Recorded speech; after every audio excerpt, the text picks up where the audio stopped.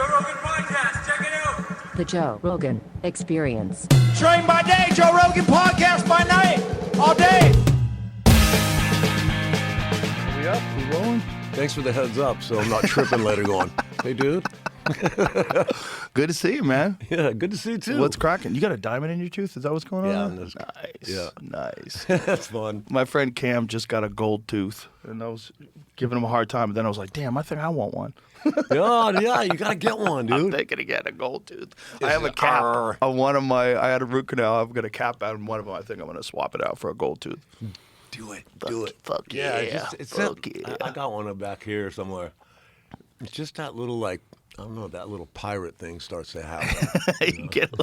I know, it's just a little outcasty. Yeah. So what's cracking, brother? How you doing? I'm good, man. I'm stoked to be here to see you. Stoked to have you here. Yeah, man. I wish I was staying longer now.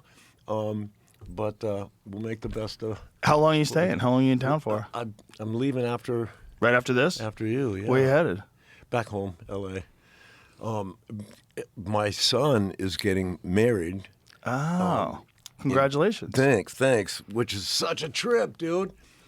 You know, like, he's 29, and he's getting married, and I've been kind of tripping out on that. Like, dude, where the fuck did that time go?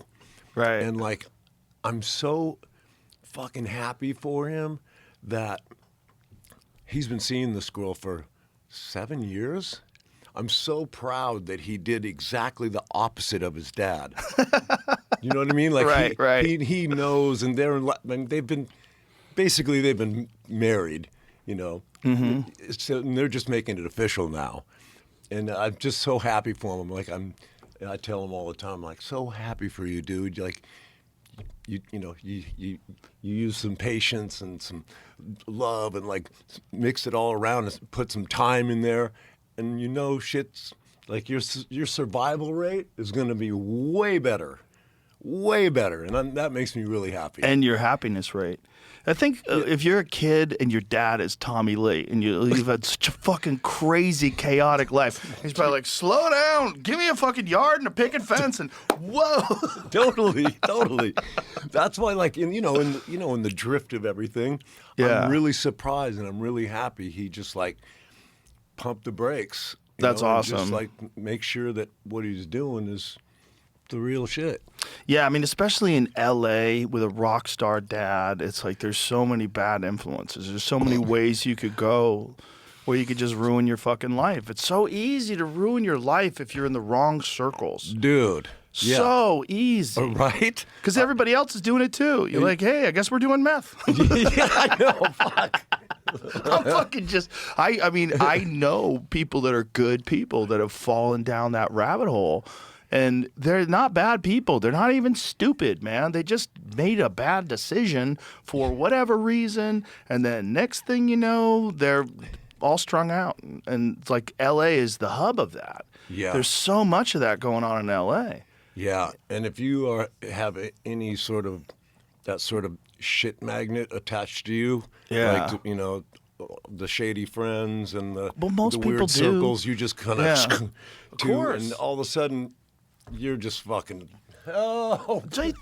I mean, I don't live in the rock and roll world, but I think that's probably the most attractive to, like, crazy people, like that world. That is the world where if you're a fucking kook, like, you gravitate towards that world, you know? Totally. It's probably so hard to find, like, sane, balanced people that are, Yeah. you know? Yeah.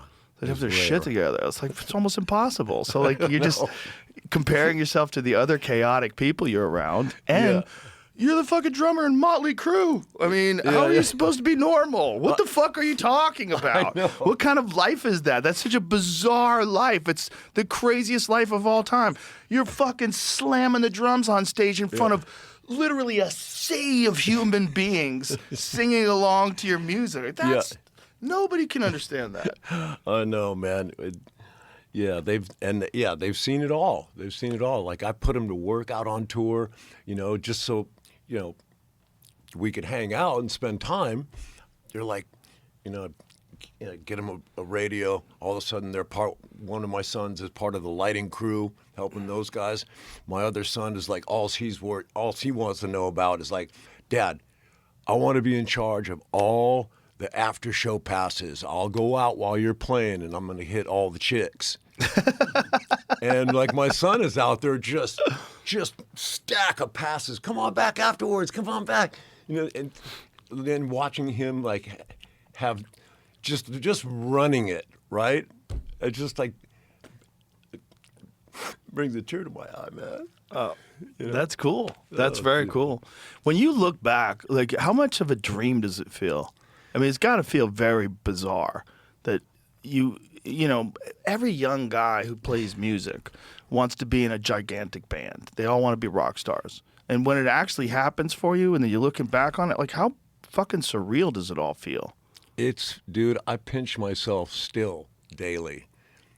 Literally. And I'm just fucking, I don't know, man. I'm just lucky to be here.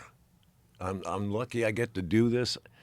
I always say to people, like, there's a couple of things that are involved with that whole thing. There's some luck, some talent, some timing of things. And when those things kind of all line up, and it happens for you, and it just happens at fucking supersonic speeds where, like, a lot of it's a fucking blur. Right. Like a ton of it's a blur where you have to have somebody else like remind you. You're like, oh shit, that's right. I totally forgot we did that. Like about Crazy Times. Yeah. Yeah, it's a trip, dude. I spend a lot of time like hanging on. Right. Oh, fuck. Here we go. Did you get a chance, like when you were coming up, to talk to any other rock stars? Did anybody give you advice on how to handle things? Like how weird it's going to be? No. I'm trying to think of any sort of a mentor kind of dude on like how to survive the shit. Like no. Pull Keith Richards aside and say, hey man, how about a few tips? How'd you do this? How are you still here? Bro, I saw them at CODA at the Circuit of the Americas a couple years back. Yeah. They were fucking incredible, man. Incredible. Insane. They're like, how old is Keith?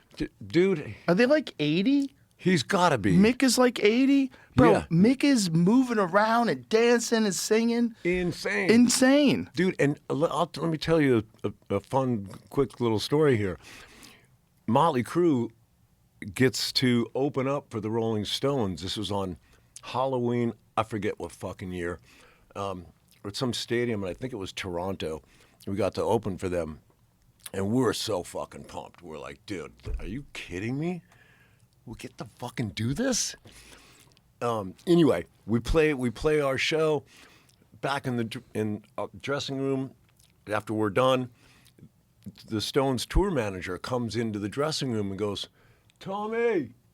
I was like, yeah. He goes, Mick and Ronnie and Keith would like to see you. And I was like, rad. I fucking head over there, and dude, this is 20 minutes before they're to go on. I go into their world, and they bring a bartender around with them. So there's a guy set up just slinging fucking drinks.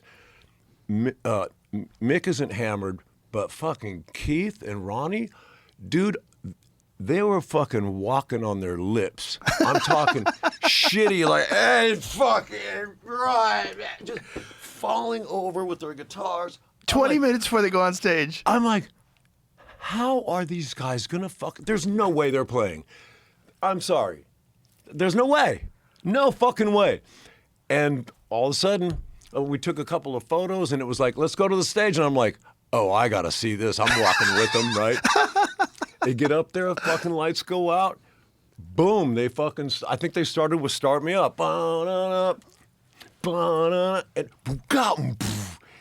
And it was like a switch flipped.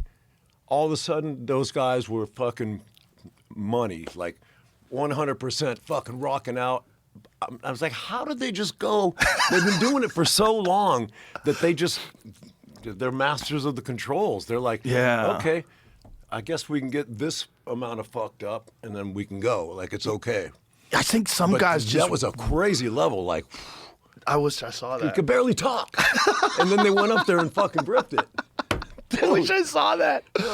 Some guys just want to be fucked up to just feel the experience, just to just ride it like a wild bull. Yeah. You know? Just wherever you land, you land. That's where some guys like to do it. I mean, and rock, I don't have to tell you, rock and roll music is the heart of that. That's where it really goes down, where a lot of guys like to get fucked up before they play. Yep. You know? You want to see something fucking inspirational? I'm going to show you something crazy. Always. This is, have you seen, Jamie, Rick Springfield lately?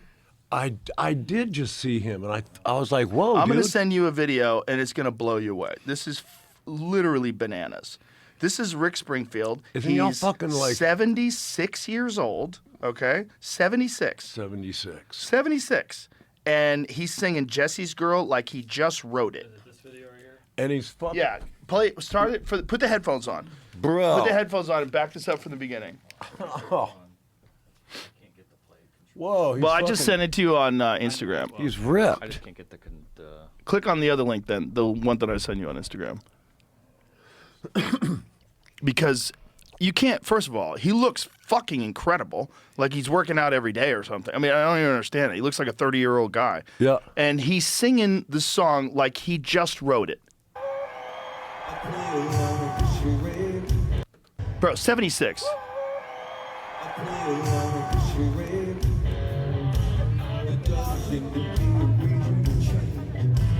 You know, I feel so dirty when they start talking cute. I wanna tell her that I love her, but the point is probably rude.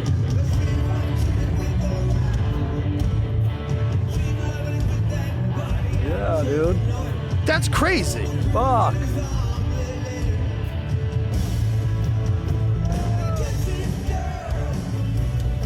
Amazing, man. Amazing. That's fucking inspirational. Inspirational. Bro. 76 years old. And the passion and enthusiasm is what kills me. This is not a guy who's like just going out there and going through the motions. He's singing that song like he just wrote it. Yeah, totally. Fuck yeah, Rick Wow. Springfield. Yeah, good job, bro. Fuck good job. yeah. That's amazing. Yeah. I've been sending that to everybody. I'm like, fuck yeah. That is, I saw that. I saw that clip, and I was like, whoa. A lot of people when they're 76 are basically waiting to die. This dude's on stage with no shirt on, fucking crushing life. Dude, I love it. I love it. That's gonna be me. Still 10 years Fuck from yeah. now. Oh, fucking yeah. just rocking shit. Well, I remember in the 80s, there were no old rock stars. Like, no one was out there touring that was like an old rock star. You're right. You're And right. then the Stones released a new album, I think it was like 88 or 89. And everybody's like, wow, they're going to tour again? It was almost like, aren't they done with this? Like, they're older now. Yeah. And then it started being a thing where a bunch of older guys would like go out on tour that hadn't been on tour in a while. And now it's no, and people are like, why are we retiring? Like, why? Why would I stop doing the most amazing thing that a human being ever gets to do? Yeah, that you love to do. Yeah. No, let me stop doing that. It was like a thing with hip hop artists too. They would get to an older age and people just didn't appreciate them anymore. It's Yeah. like it was like a young guy's game. But now a lot of those older guys are going on tour too, and people realize like, oh, these guys are fucking dope. Like I Yeah. saw Run DMC went on, or excuse me, Public Enemy went on with I think it was Bruce Springsteen. I think Bruce Springsteen had them go up in one of his concerts. I'm like, fuck yeah, look at these dudes. They're killing it. They're still getting after it. That's the best, man. You gotta love that. And I think that I don't know if you call it a resurgence or just that style of like, there's certain things that were really great that have stood the test of time, and I really think that the way shit is now, man, there is too fucking much. Like, there's too much music. Like, Spotify releases like 300 fucking thousand songs a day. Really? Who the fuck is listening to all this music, dude? I'm in the business, and if I can't keep up, how can a fan of music keep up? So I think that the excess of it's just static, and it's really blown a hole through for, original stuff, really good stuff, because a lot of the stuff is all kind of sounding the same now. And but I think that it's been a cool progression that's sort of fueled that. I don't know if I'm making sense. I'm kind of getting, No, you're making sense. You know what I'm trying to say? Yeah. Like there's so much static now that the sort of the Something has to be undeniable to break through. the authentic stuff Yes. still fucking holds water, Yeah. big time, and you know. Well, there's always like one song that all of a sudden resonates and just goes super viral because people listen to it and go, holy shit. Yeah. There's always going to be something that's exceptional. But I do agree. It's impossible. There's a lot of great music that I don't know anything about. And then someone turns me on to it. And I'm like, how the fuck did I not know this guy? Yeah, yeah.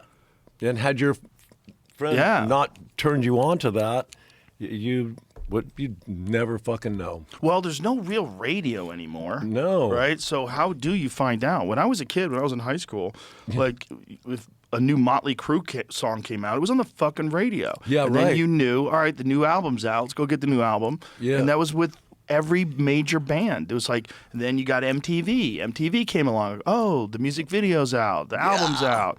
But now it's like anyone can just put stuff up, which is great. Yeah, which but is it's cool. also it's all overall positive because you have more artists and more people that are doing what they want to do. Yeah. More people that are making music, which is awesome. But like it's the same thing with movies. Can you imagine you had to watch every movie ever made? You'd have to be 1,000,000 years old. You probably never finish. Exactly. It's not enough hours in the day. Yeah, it's the same. It's the same musically.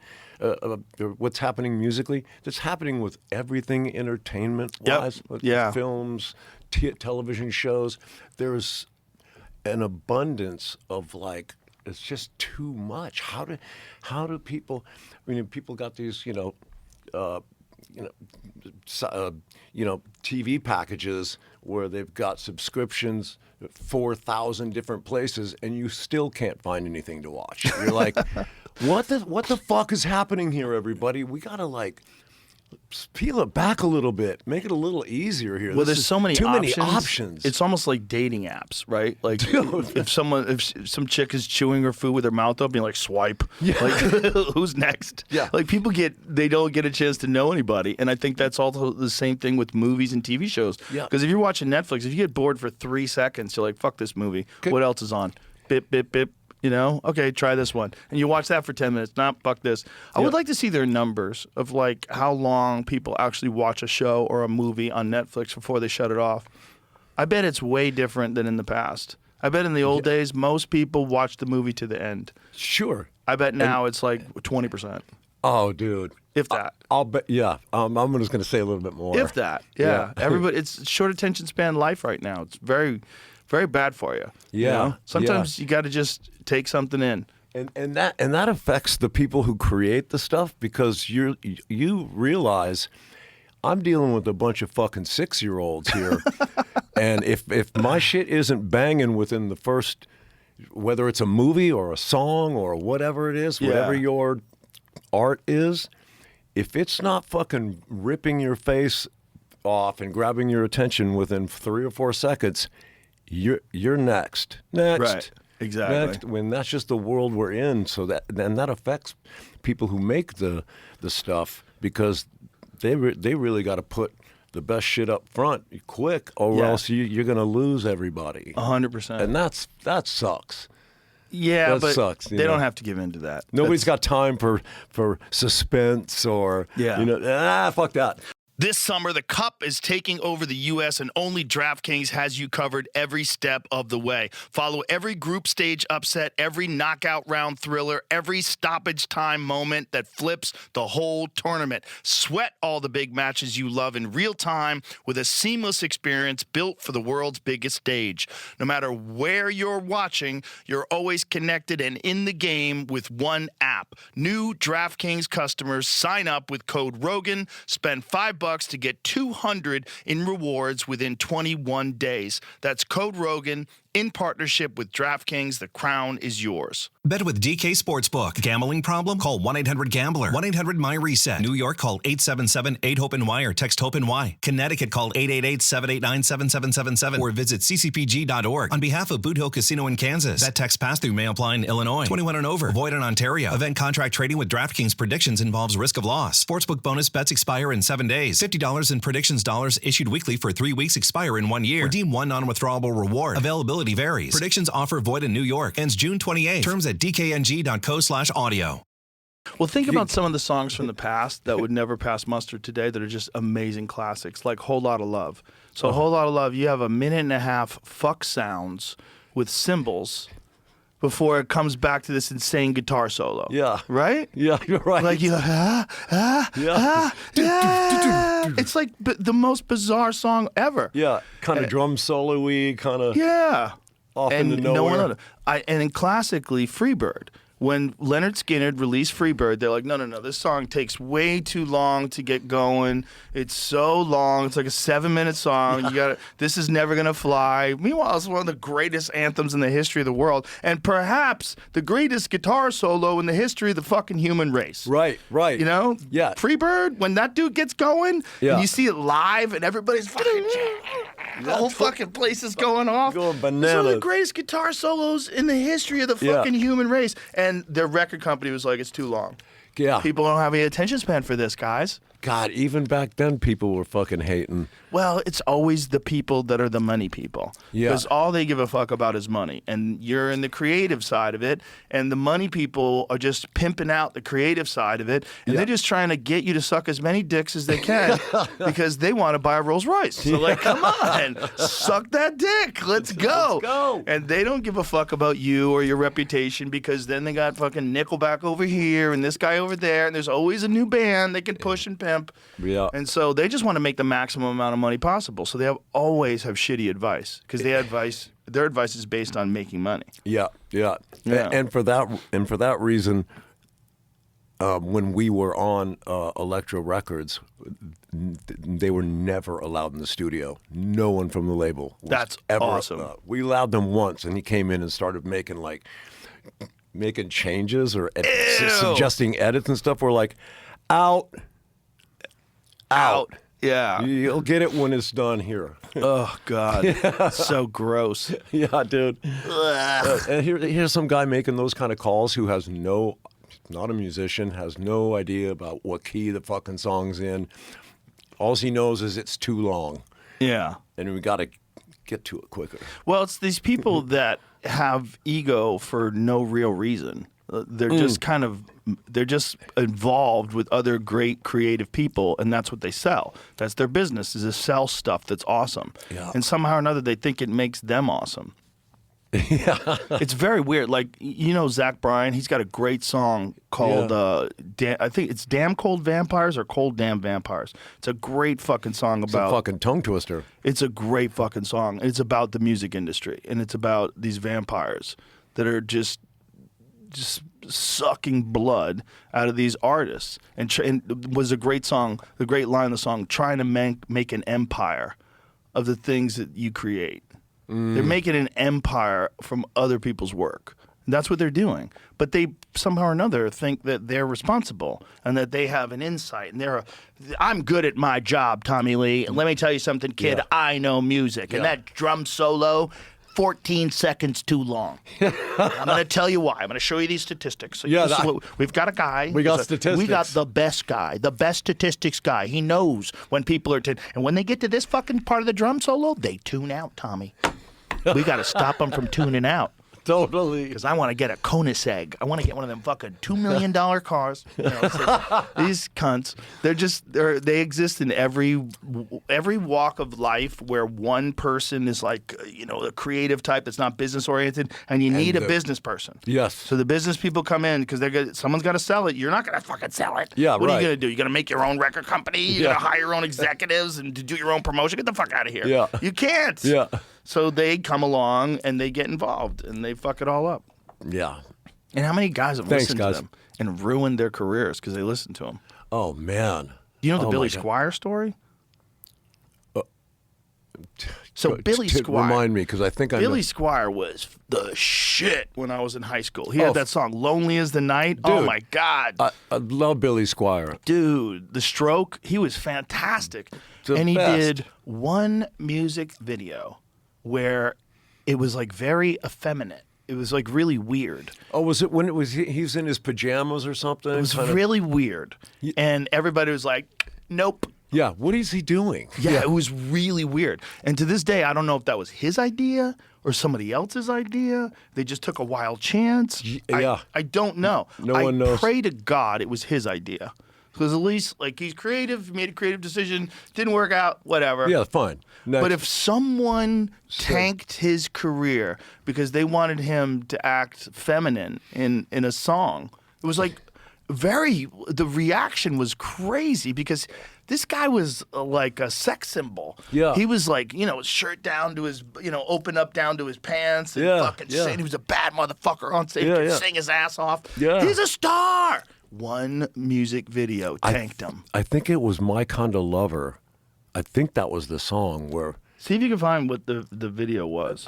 This is it. There's a documentary someone made on Facebook. I found that's About it? about this whole thing. Yeah. So Yeah, like this is it, dude. Yeah, so it was very weird. Like What song is it? Can you hear? I will. Yeah, we're gonna have to cut it out though. so it was somebody else's idea. Is that guy with the face? That guy with the face looks like the guy. Looks like the kind Yeah, of he guy that does. would tell you. Totally. Yeah, he's crawling around on his knees and his hands at his knees. Yeah. It was weird. It was very weird. Fuck, what song was this? Like it's Like if he was like tonight. look at this. said it. Look at him skipping around and it was very odd. That guy.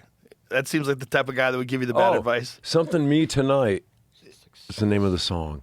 I wanna. Fuck. I don't know. I'll look up this. Not familiar with that title. Yeah, I don't know either. But I know, yeah, I get it. That was I it. remember that. And everybody's like, nope, Yeah. that's a wrap. And that guy should have had like fucking 50 giant albums. That guy was amazing. Yeah. Such an incredible singer, man. So rad. Rock Me Tonight, 1984. Oh. I have to cut that out. Yeah, we'll cut that part out. But you can see him dancing around. Like, look at this. Like, Yeah. Don't do that, buddy. Yeah. What is this? He's like, Yeah. What? don't do Yeah, that. we need you on the ground swarming around. Hopefully. Hopefully it was his idea. Yeah, and he was just, Because, my God, if this was somebody else's idea, like, I want you to be looser. I want Yeah. you to be looser. I want you to be more free. Yeah. I want you to be like, I want to feel it. I want to feel your vulnerable side. I want you on your hands and knees. I want you crawling. This is what I want you to do. I want you to like this. Like you barely can crawl. Yeah. Like you're having a hard time crawling. That's what girls like. Girls like a guy who struggles to crawl. Yes, dude. Oh, Like, my what the God. fuck did you do to him? Oh, my God. What did you do to him? No. I hope it was his idea. Despite its major success, the song is sometimes associated with the end of his career as a singles musician due to the music video, which is described as one of the worst ever in a 2011 book, I Want My MTV, The Uncensored Story of the Music Video Revolution. Shows Squire dancing around in a bed with pastel-colored satin sheets and wearing a pink tank top. Squire's concert ticket sales immediately declined, and he later fired his managers. He has accused Ortega of deceiving him and altering his original concept, which Ortega denies, while Squire remains steadfast that the video was solely responsible for the initial decline of his popularity. Other commentators are less certain. Well, I'm pretty certain. I remember it. I remember kids in high school going, "What the fuck, bro? Yeah. What the fuck is Billy Squire doing, bro?" That shit's gay, bro. Because Billy Squire was the man. I mean, Yeah. he could have been another John Mellencamp. He could have gone on forever.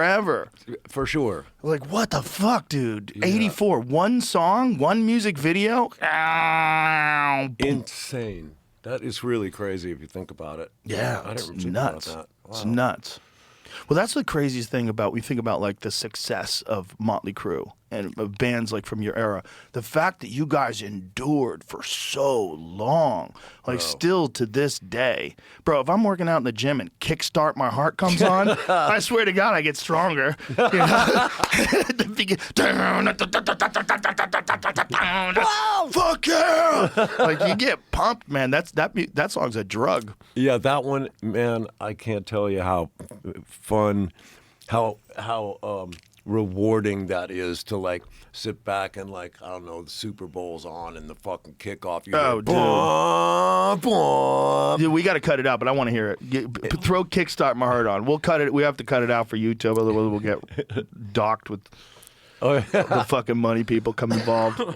Meanwhile, we're just promoting music. God damn it, with Tommy Lee, you motherfuckers. Yeah, right. But this fucking here. This fucking song. Oh, is this live? Don't give me a live one. Give me the actual one. Bro, that was one of the most American songs that's ever been made. Ever. Ever. That song is fuel. Yeah, you know? it is. That song is fucking fuel. If you were running in a race and you're thinking about quitting and that song comes on your headphones, you're like, let's fucking go. Let's fucking go. You know? Like songs like that, they really do give you energy. They really are like a drug. Yeah, they're definitely they're injected. Yeah, like changes your state, you know? I love that one. Isn't that fucking wild, the power that music has? Like, the right kind of song. You know, everybody's different, but there's nothing better than, like, I get fucking goosebumps, bro. If something comes along that just, and it gets inside you. Yeah. It's fucking infectious, and all of a sudden you're like, dude, it's taking over my whole body. I'm fucking tingling. Yeah. Hair standing up. And you're like, what is that? Yeah. What the fuck is that? Like, I want to fucking bottle that up and try to recreate whatever that is. Yeah, it's just an encapsulation of emotion with sound frequencies that just changes your physical state. It does something to you that's like, it's one of the most amazing creations that human beings have ever done. One of the most amazing accomplishments that human beings have ever done is to just make incredible music. Because it's one of the things that it affects us in a way that they're like nothing else. And you can hear them over and over and over and over again. Like a great joke is awesome the first time, but after you hear it the second time, it loses a little of its power. The third time, it gets a little boring. A great song, I could listen to that. Sometimes when I'm working out, I just put something on repeat. I'm like, oh, I just want to hear this one song over and over and over again. Wear the fucker out. Wear that fucker out. I don't care. It's so good. I don't give a fuck. I just want to feel it. Let's fucking go. And every time it comes back on, fuck yeah. And we're back.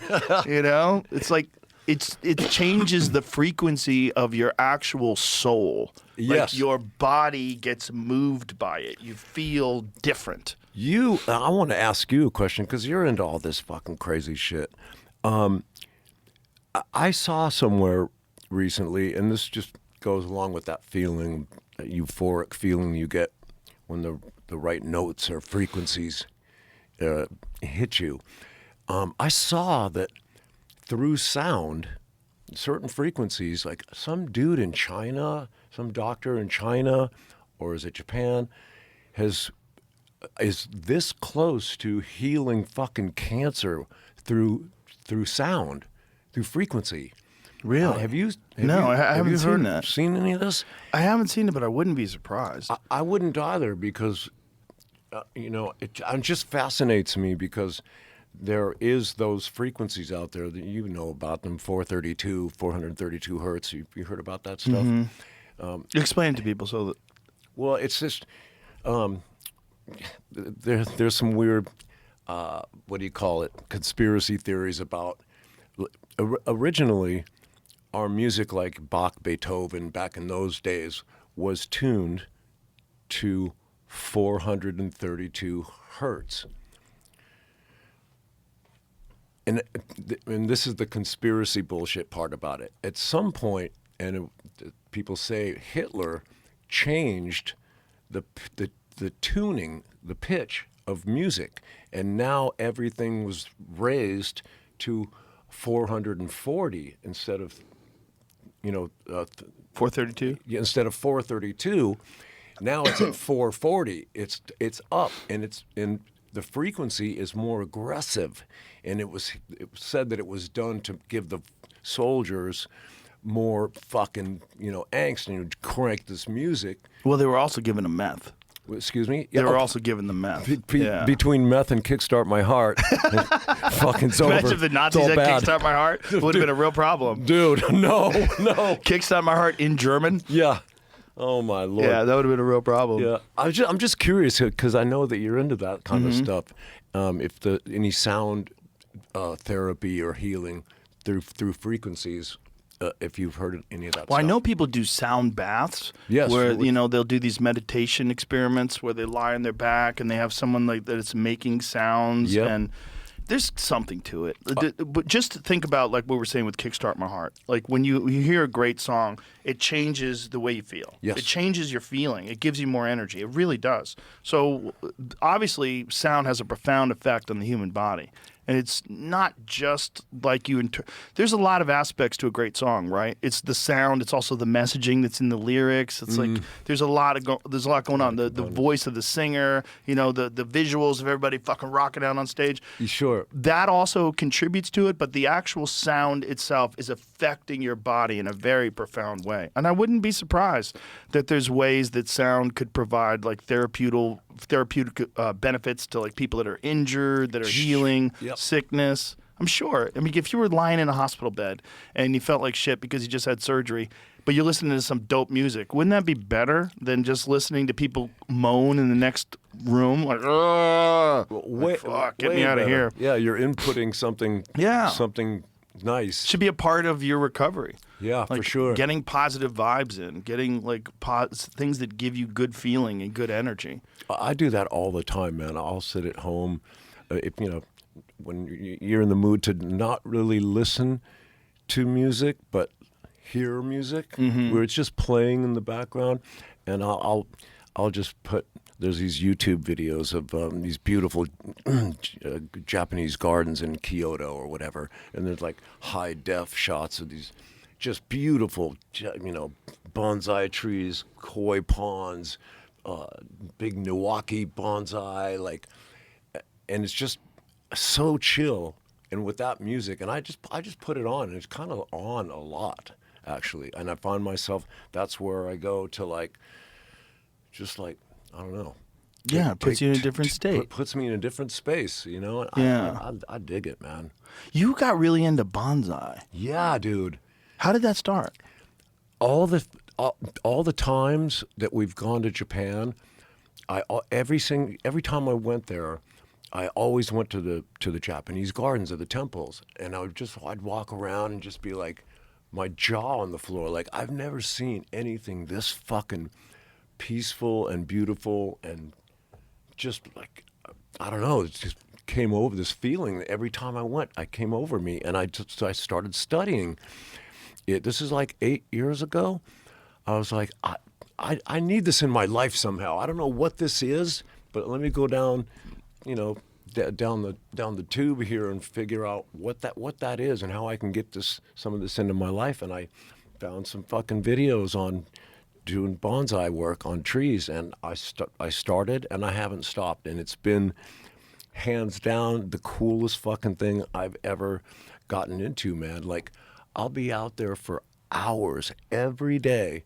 Like, I'll start my day just being with nature and being with the trees that I'm working on, and I got like a workshop, dude. It's like there's like in progress works on the bench. There's other ones I'm bending.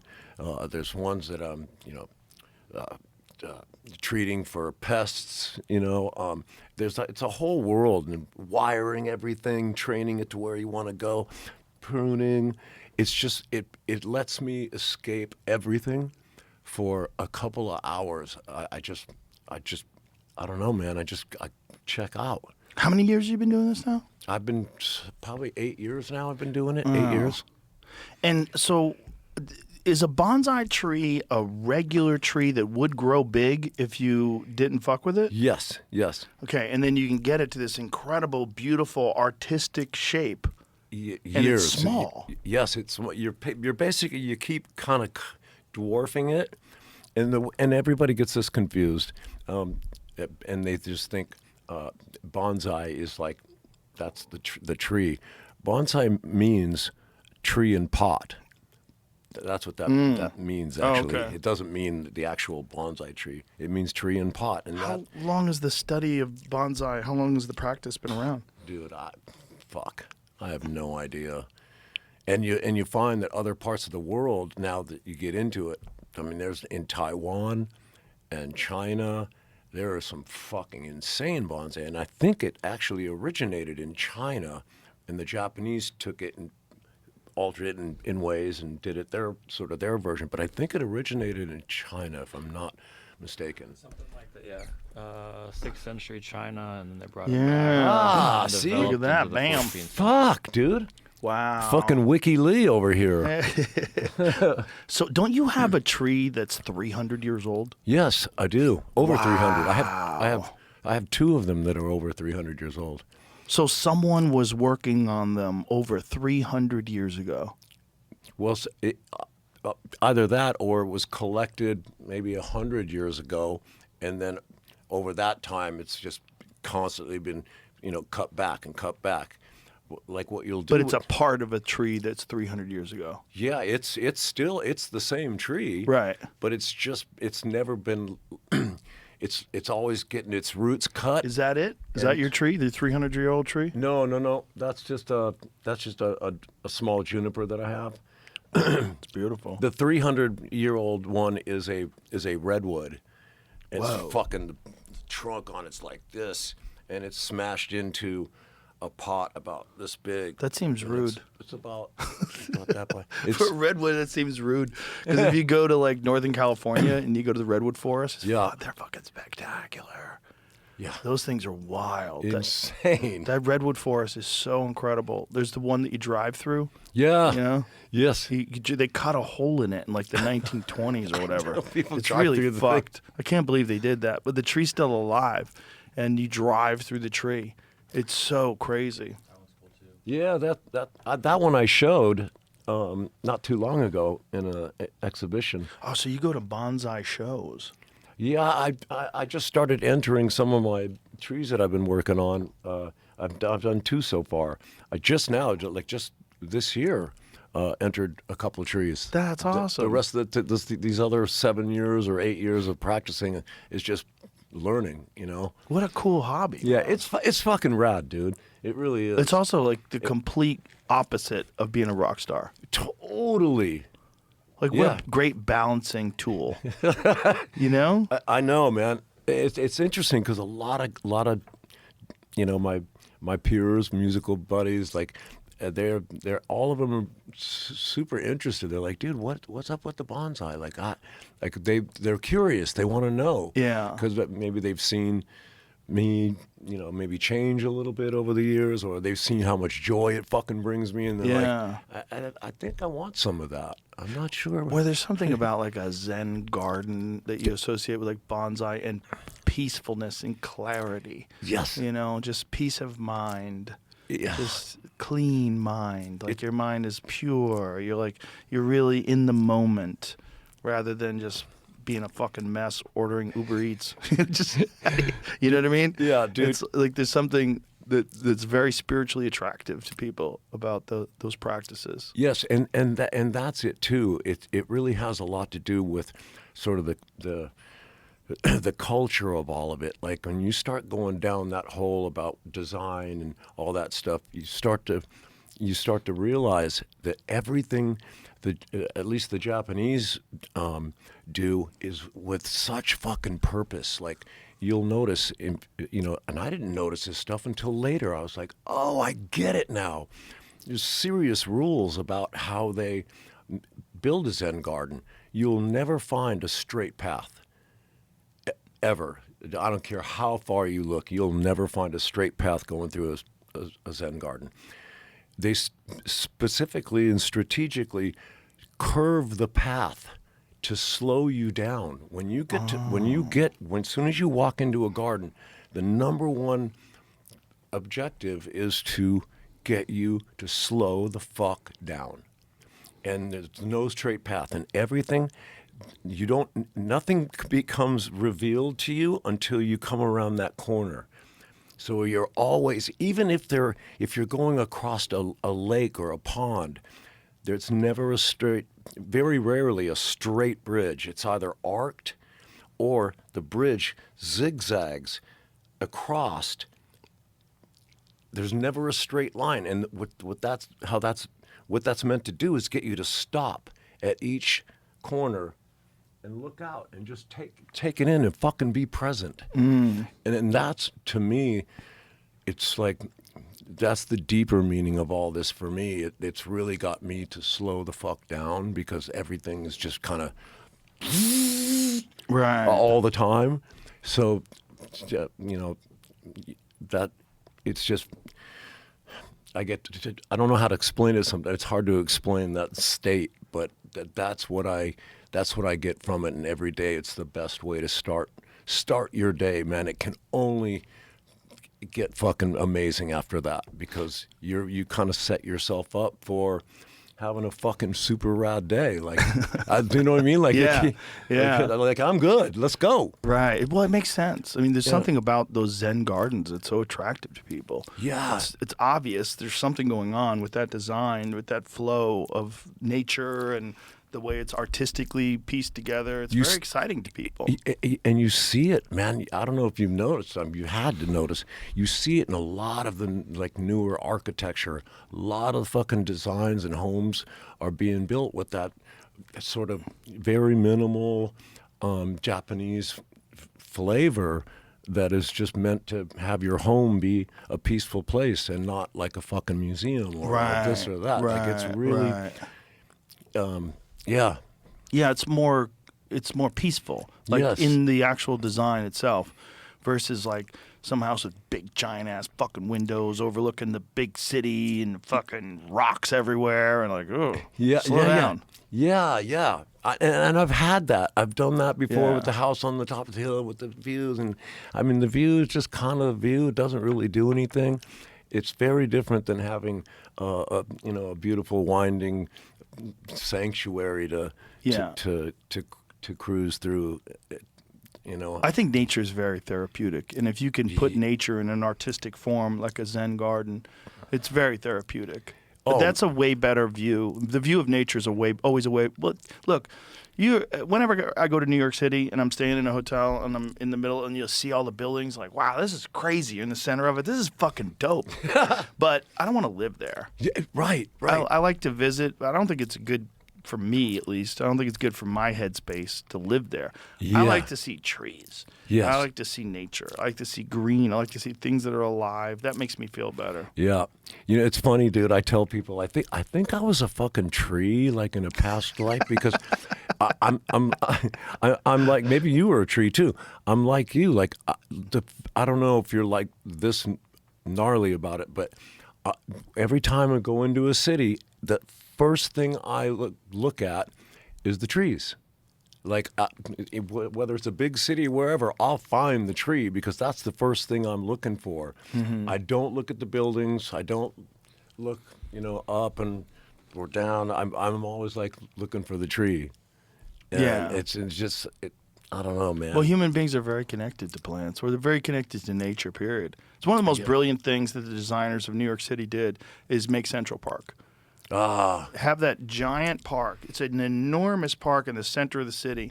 I was staying at a hotel last year, and it was like on the edge of the park, and like from the window you look out, you see the whole park like straight. Oh, like, nice. This is fucking incredible that they did that because it's so big, and it's just trees. It's just trees and paths and little lakes and everything, and go wander around. Like, hey, get the fuck out of these buildings for a while. And it's like, for a person living in New York City, having that right there in the center is gigantic. I don't know what percentage of people take advantage of it, but they should all. It would make them all better. They'd all feel better. It's a little center retreat, man. An amazing one. It's fucking huge. Like, how many acres is Central Park? Let's find that out. Let's guess.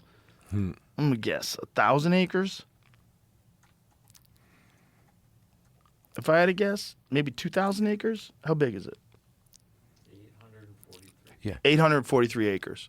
So it's this amazing, huge park in the center of the biggest city in the world.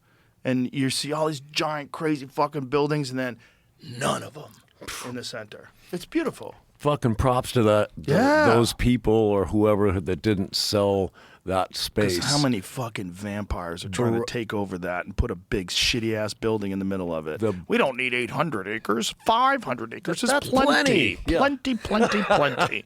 We'll just make those 500 acres even better, and no one's going to complain. Yeah. Put a whole bunch of money to fucking hats off feed to the whoever homeless and whatever we're going to do. Whoever held that down. Good for them, man. They've lost a few parks. That's one of our shows that we do with Ari Shaffir, Shane Gillis, and Mark Norman is protect our parks. Oh. But we're not really protecting parks. We're just getting drunk and talking shit. But it's called Protect Our Parks because Ari, on one of the early episodes, was ranting and raving about they're going to fucking take down this park and turn it into apartment buildings, and they wound up doing it. They killed the park.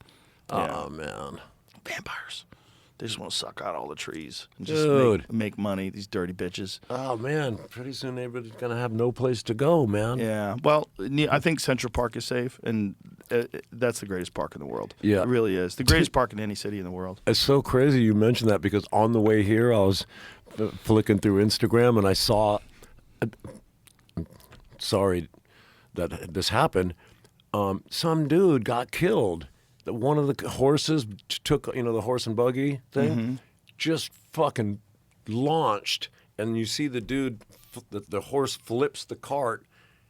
Oh, no. And the dude gets flung out and then he dies. He died on the way to the hospital. Why did the horse freak out? Do we know what happened? I don't, it didn't show it. It just showed like somebody else has had footage of it, like just the horse freaking out. Oh, shit. And then peeling out and you'd see the thing flip over and you're like, oh man, dude.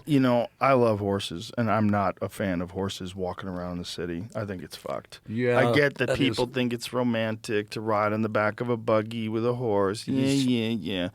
It's not right. No. A horse is supposed to be in the fucking fields and the mountains. A horse is supposed to be running around and eating clicking grass. around on the asphalt. I don't know, dude. Fuck all that. Yeah, I don't like it. It's just a gross touristy thing. I mean, it's cool to see them every now and then. Yeah. I know cops like to use them when they're breaking up riots and shit, which is kind of crazy. Yeah. But the reality is a horse is not supposed to be there. Just like a cow's not supposed to be there. If you had cows walking down the street, you'd be like, why the fuck is this cow This here? was likely an accident because the driver, the driver, I guess they call him, wasn't Oh, dude. in the right spot, like left his seat. What? Yeah. He left his seat? They're never supposed to leave their seats. It's just to take maybe a photo of the passengers in the carriage, and when the family was climbing back in, horse got spooked. Oh, no. It happened very fast. But Yeah, the driver's not in it. The driver's not in it, dude. It just peels out. Oh, fuck, man. And you see it just go and just make kind of a hard right, and the buggy just Fuck. flips over and God. I don't fuck with horses, man. Yeah, dude. I don't ride them. I've ridden a horse before. I don't like it. Dude, same here. I've done it. I got my ass thrown off one. Yeah. And I was like, I'm good. I'm cool. It's just not was good. fun. It's just, I mean, look, if you're a cowboy and you're riding horses and everything, that's kind of a different thing. Sure. If you're doing it every day, that's a different thing. But for me, it's like, I don't need to ride them. I get it. For entertainment purposes. It's like I went to Thailand and we rode elephants. We had to ride elephants. And the elephants don't mind because you establish a relationship with them first. You feed them sugar cane and, you pet them and you hang out with them. And then they decide whether or not you're cool. And if you give them, like, peaceful, gentle, friendly energy, they're like, sure, come on up. Go and they on. lift their leg up and you step on top of them and you climb on their back. And they gently take you through the jungle. But I'm like, I didn't need to do that.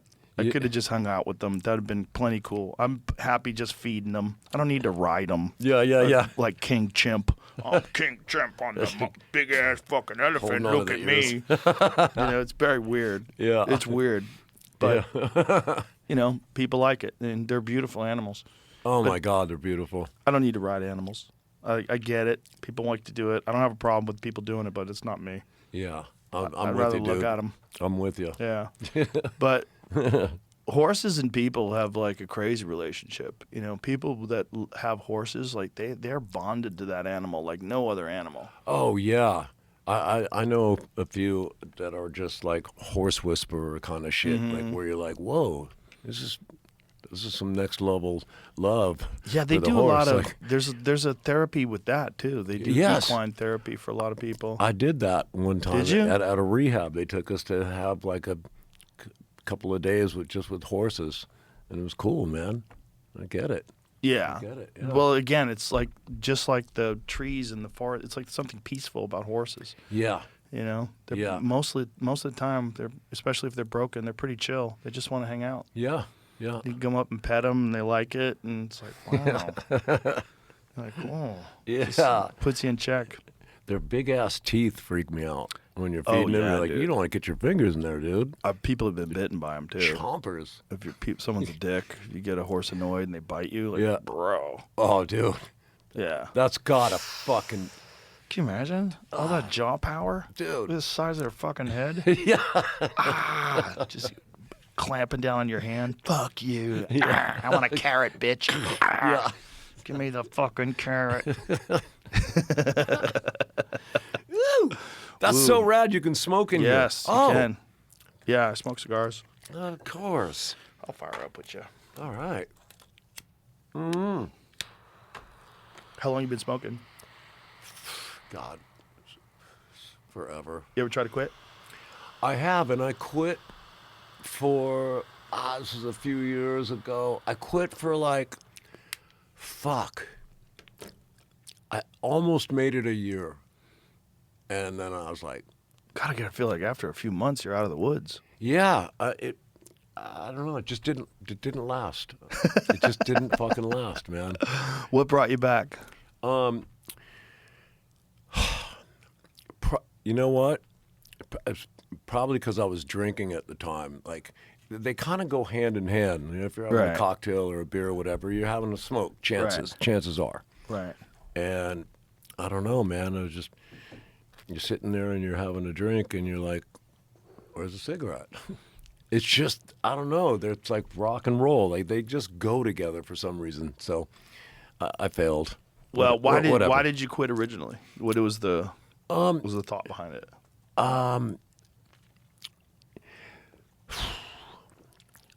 I think I was just trying to quit fucking everything, you know, and you just like, that's it. Fuck everything. I'm just going to take a break and fucking hit the reset button on everything. I think I was going through that phase because I hadn't ever tried that. Tried everything else, but nothing. And yeah, I don't know, man. It's the last vice of a lot of people in recovery. Yeah, and then you got guys like Keith Richards who's just ripping cigarettes still, and I'm like, he's fine. and like, I've gotten my lungs and done the whole like Prenuvo like body scan to see all your shit, and they're like, you're good. I'm like, are you sure?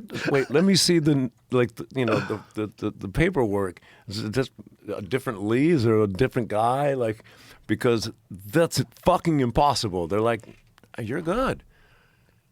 I was like, all right. So there's really no reason to quit. Well, it's actually a very small percentage of people. Well, first of all, it's a very small percentage of people that get lung cancer out of the general population. And then when you add in cigarette smokers, it's a small percentage of cigarette smokers that get lung cancer. But more cigarette smokers get lung cancer than regular people. And so that's why when you look at the percentage of people that get lung cancer that smoke cigarettes, that's why it looks so high. So if you like, let's find the numbers. Put it into Perplexity, please. Let's. What percentage of cigarette smokers get lung cancer? And I think it's less than 5%. I think it's a very small number. And then you got to think, people that are smoking cigarettes, how many of them are smoking 2-3 packs a day? Oh yeah, that's Right. crazy. I don't. And how many of them are smoking just a few cigarettes a right. day? I bet a lot. I bet a lot of people that are a little hesitant, they only smoke like a half a pack or a little bit less. Yeah. Like, so what does it say, Jamie? And, It's still calculating? No, I just typing it. Sorry. Oh, sorry. and isn't there something about like nicotine? Like when COVID happened, they were like, if you're a smoker, Yes. you're good. And I never got fucking COVID. Yes. And I was like, yay, nicotine. well, there's something about smoking cigarettes that's supposed to be like really good to prevent COVID. And it's really confusing to people. So crazy. Yeah, 10 to 20% of people who smoke at some point in their lives will develop lung cancer, with many studies landing about 15%. I thought it was a lot less than that. Large study estimates that 15 out of 100 current smokers will get lung cancer but that's estimated from a study.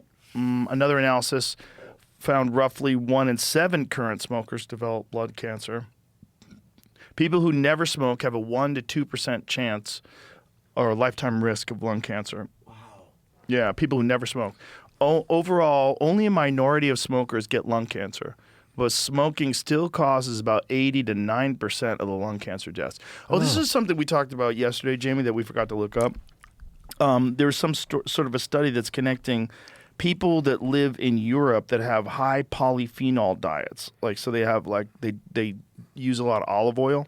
Oh, yeah, and olive oil seems to protect, and it's a very controversial statement because people think, oh my God, you're promoting cigarettes. I don't think they're promoting cigarettes. I just think they're just looking at data that these people that have high olive oil content in their diets seem to not have any problems with cigarettes or not have nearly as many problems. Oh, wow. Yeah, which makes sense because olive oil is so good for you. You got to think it's got to balance out a lot of the free radicals and bullshit that you're getting from life. Yes. It makes sense that it would apply to smoking as well. Totally. Yeah, I heard that. That's So cool. Smoke them if you got them. Fucking A, dude. Get some extra virgin olive oil. Let's fucking go. Dip them.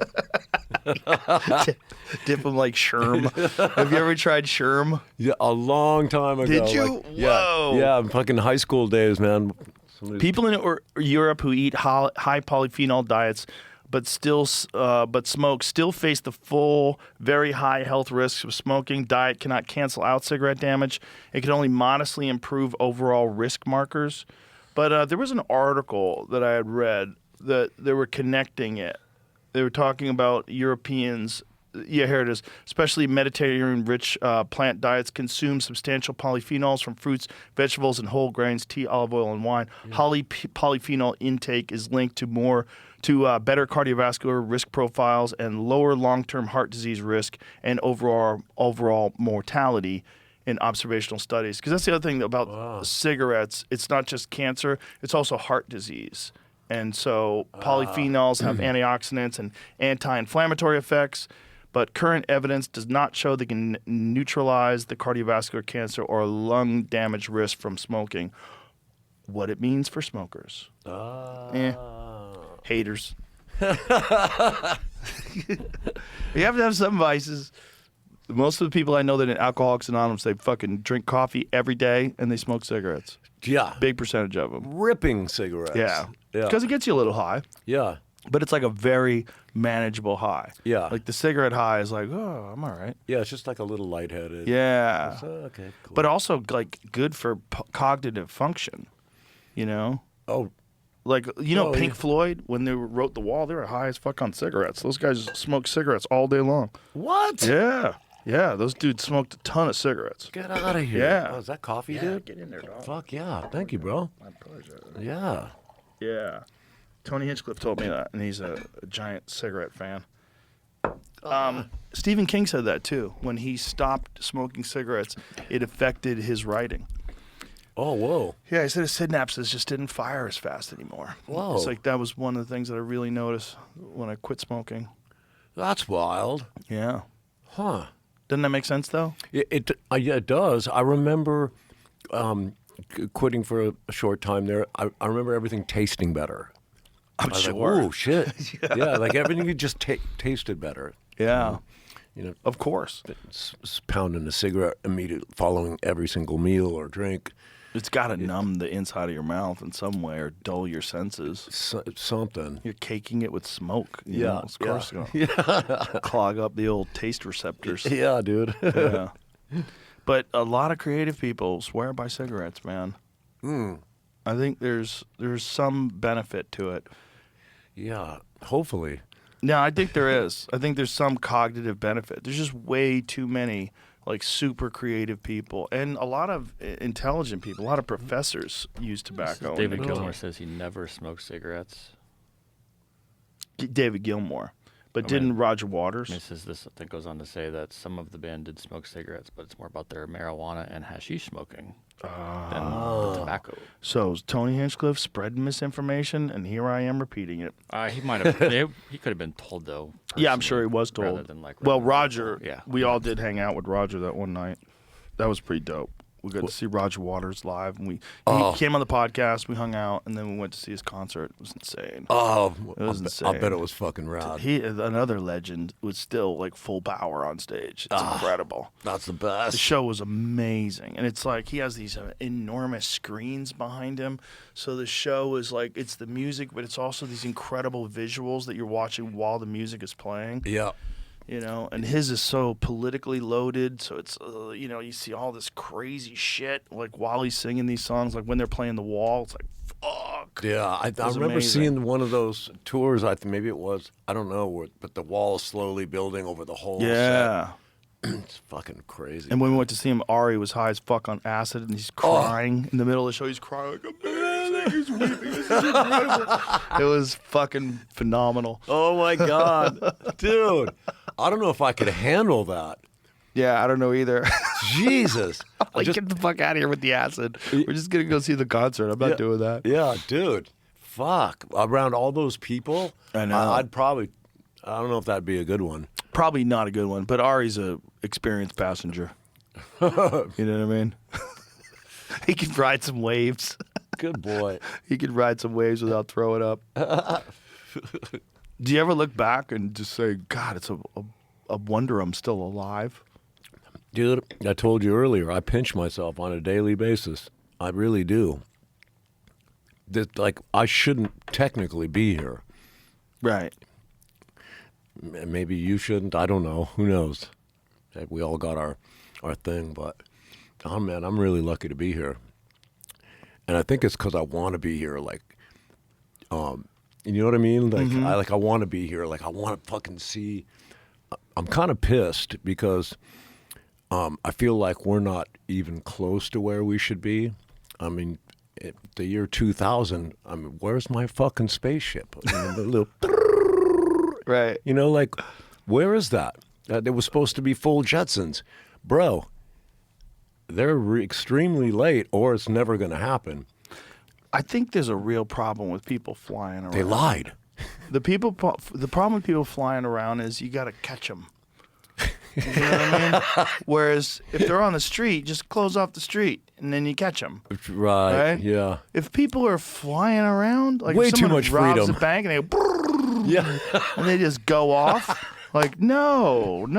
You can't have that for everybody. You Yeah. gotta have people corralled in nice, like very clean Formed lines. We can block these lines off, very obvious paths. Use lights to start and Fly stop. over them in helicopters, put a spotlight down on them, so you follow them around. That's what people like. They Yeah. don't like this idea of the Jetson. Like, that's not. Fuck, I want that, dude. I want my own little fucking... Well, they do have flying cars now. I saw some Yeah. of those. There's a couple. There's like one company called Jet One. It's like this little, it's like a one-man drone for helicopters. I'm like, Yeah. Me and my manager were always like, should we go fucking get a couple of these? You don't want to die that way. Yeah. Let those things get worked out for a few years. Yeah, it needs a Yeah. little bit more time for it to be soup, but Yeah, man, because, I mean, think about, like, how glitchy early cell phones were. You know what I mean? dude, right. Let that shit get ironed out. Yeah. Let the eggheads work on that for a little bit, Yeah. polish it up nice. Yeah, that'd be Fix cool. all the bugs. Yeah. It's like, I don't know what happens when those things crash. Like, do Yeah, you get where- a warning when they're about to die? Like, do they Yeah. run out of batteries? Does it run out of gas? Yeah. Is it allowed to run out of gas? Can you just be an asshole and just fly until you run out of gas and die? Yeah. Or Does solar charging I take think over? I can make it home. Yeah. Like, how many guys have done that in their cars? I think I can make Yeah, it dude. home. When I was in high school, my friend picked me up in his buddy's 1970 Chevelle. It's fucking amazing Chevelle. nice. So dope. And I remember he ran out of gas, and we coasted perfectly right to the gas station. No way. Yeah. Yeah, it was like we shut the car, we got out, like, that was amazing. Like, just because, we're 16. It ran out of gas at the pump. I was like, this is perfect. No pushing, Yeah. no nothing, just But if you're in one of them little drones and that shit goes on E, Yeah. Yeah. It's fucking parts. Yeah. Yeah, not good. Not Did you see that documentary that they did about that kid that stole a plane? He stole a plane. He was like working at an airport, and he stole a plane and hijacked it, and then flew it and crashed it and died. Yes. But he's like having conversations with them. Yeah, like, he's talking to him, going like, I don't know what I'm doing, man, Yeah. but this one's for the, I don't know. Yeah, it he's was- just, and they were just like, I could run it, dude. Well, they were trying to They get were him to trying land to, it. but- They were trying to get him to land it, but the reality was, like, he's no way he was going to figure out how to land that thing. He's a dead man. The moment he got off the ground, he's a dead man. Yeah. And he just stole a plane. And there's a whole documentary about it. It's apparently very interesting. Oh wow! I have not seen the documentary, but I've seen clips of them trying to talk him down, and he just seemed like that wasn't an option. He just seemed like this. He was ready to wrap it up. He was taking this. This was this. Yeah. That one flight. Yeah, ready to wrap it up. Yeah. Hope your insurance covers this. Oh, Fuck. But yeah, I think flying cars will probably be a thing one day. For 70 minutes, the world watched in disbelief as a stolen Horizon airplane soared over Puget Sound before crashing on a remote island. Now a new Hulu documentary reveals the man behind the controls and the quiet struggle that led him there. Oh, I gotta watch this. What's it called? Sky King. It's what? Sky King, it's called. Sky King. Poor dude. Oh, damn. Well, at least they gave him a rad title. Yeah, well, the unfortunate thing is that might encourage other people to do it as well. Yeah. People are very stupid. Dude, people are stupid. I just released a song called Stupid World a couple weeks ago, and that's exactly what that's about. It's literally, we have gotten to a place where everything, to me, like we are at just epic stupid proportions where you're just like, not a day goes by where I'm like, that's fucking ridiculous. That's stupid. Like how stupid can we get? And anyway, I wrote this track. It's called Stupid World. And Well, it just you live in L.A., which covers- is one of the stupidest fucking places on earth. Dude, I know. It's fucking insane. I'm like, and I'm doing the same thing too. Like, well, why do I live here? I mean, I love it there, but in the same breath, amazing. there's always in the back of my head is why. Look, it's one of the most beautiful places on earth. The weather's perfect. Yes, Most of the people are very friendly. Most of the people are cool. You know, it's like it's only a percentage of the people that suck. It's a large percentage, but it's only a percentage. The majority of the people are cool. The problem is, it's like slowly becoming a new Detroit. It's like slowly the film business is like dried up. Yeah, Like completely dried up. Television completely dried up. Late night TV, it's dried up, man. And that was fueling a giant part of like what made LA special. I know. And it's just dried up, man. Nobody has to be there anymore, and they make it intolerable. They make you seem like you have to be there, so they just punish you with taxes, and they punish you with regulations. They punish you. They make it everything very difficult to conduct business, very difficult to be safe, very difficult to just feel fucking normal. Yeah. And they get surprised when people leave. Like, what do you want? Yeah. What do you think you're doing to that place? Like, you guys Yeah. can see the statistics. Stop fucking gaslighting the world. Right? You guys Yeah. fucked this place sideways, and you want to keep doing it. And the weirdest thing is, like, you hear and you see, oh man, fuck, a bunch of people are leaving LA. And part of me is like, fuck yes, get the fuck out of here. There's too many people here. So go. But then I realize nothing's really changed, and I don't really notice that people have left. The traffic's still the same. A bunch of shit's exactly the same, and you tell me this many people left, I don't see it. Well- and I wonder if that's not maybe a hyped statistic on. Yeah, it's not a scientific analysis. No, like the numbers are real. People have left LA, but it doesn't matter. You could lose 5 million people, and LA's still too big.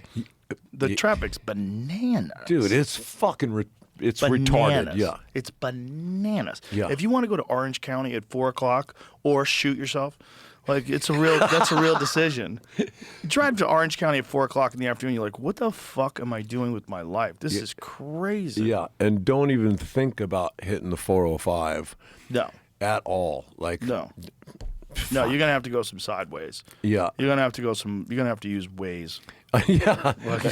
Yeah. And even then you're fucked. Even then it's an hour and a half. If you live in like Irvine and you commute to LA, God bless you. Dude. God bless you. Yeah. How do you do it? I don't know. People do it every day. They just want to live in a place like Irvine, real safe, real nice. Yeah, and just like, nice. But I got to work in LA. Fuck it. I'll just drive in every day. Just all fucking mad and just. I would get up at 5 in the morning and just go to the gym. That's what I would do. I'd get up 5 in the morning, drive to LA. I'd get a membership in LA at the gym. That way I'm driving with no traffic, at least one way. At least getting there, I have no traffic. Yeah. And then you deal with the home commute. But doing it both to and from, yeah. Fuck you. Fuck you. No. I'm not doing that. It's too gnarly. I'd rather get up at 5 in the morning. Yeah. I can't imagine even doing it once a day. But there's a lot of people that do 3 hours a day minimum in their car. And they really live 20 minutes away. If they didn't have traffic, they would be there in 25 minutes. Man, that's pretty crazy when you realize all we have here on this planet is time, and you realize that kind of time you're wasting, and you're never going to get back. And you're like, if I do this consecutively every single day, I wonder what add that time up over, whatever. However many years, and I'll bet you people would freak the fuck out. Yeah, like, you lost years of your I life. just lost years of my life in the fucking car. Yeah. But the good thing is, one thing that you can do in the car is listen to books on tape. Yeah. And books on tape are amazing. And, podcasts too for some people. Yeah. But for me, it's a lot of it is books on tape because, like, you'll get lost in a book and it doesn't even really bother you that much. And one of the crazy, if you have a Tesla, my Tesla does auto driving. So if I want to, if I'm leaving here and there's some crazy traffic for some reason, I just go doot doot. I just turn it on and it goes. I don't have to hit the blinkers. I don't have to change lanes. I don't have to stop at red lights. It does everything. De-stressed. And all I have to do is just keep my fingers on the wheel. Just like this. Oh, to make it look like you're chill. No, you're supposed awake. to stay in contact with the wheel and just keep your eyes on the road. But you don't have to think at all.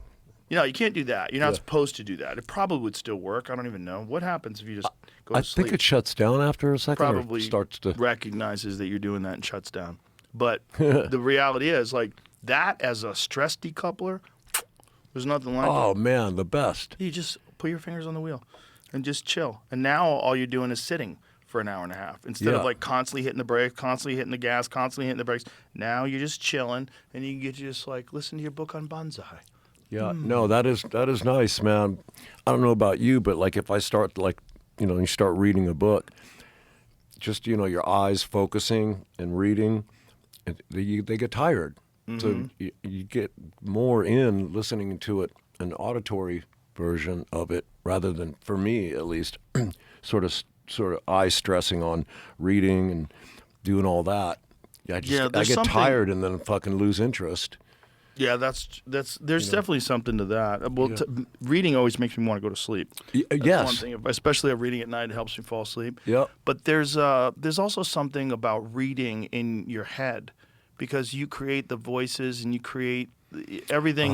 You use your imagination when you're just reading that doesn't exist with books on tape. Yes. But with audiobooks, I don't have the time. So for me, it's a time thing. Yeah. Like if I have a guest coming on and the guest is like an astrophysicist that has some very bizarre theory about something, like I need to absorb the information and I have a limited amount of time. So I listen to audiobooks in the gym, I listen to audiobooks in the sauna, and I listen to it in the car on the way to work. And so that all together is a couple hours in a day. So I can do that and get a lot of information in where I don't have the couple hours to sit down and just read. I don't. I wish I did. I don't. Yeah. So I can still get all that data and that information, but I have to be very diligent about actually listening. Yeah. That's the thing. Because especially at the gym, you can get a little just distracted, and you're like, what the fuck did he just say? And you have to back it up. And Oh, yeah. when that happens, I just shut it off. I'm like, this workout's too intense. I can't really pay attention. Yeah, you can. Yeah, what do they say? Do what you're doing when you're doing it. Yeah, And yeah. People think they're multitasking. Right. That doesn't fucking exist. You really, yeah, whatever. You're sort of multitasking, but you're Sorta. robbing from Peter to pay Paul. Thank you very much. Yeah. You're taking away some of your attention on what you're doing to pay attention to this other thing, and it's definitely making you less good at either one of those things.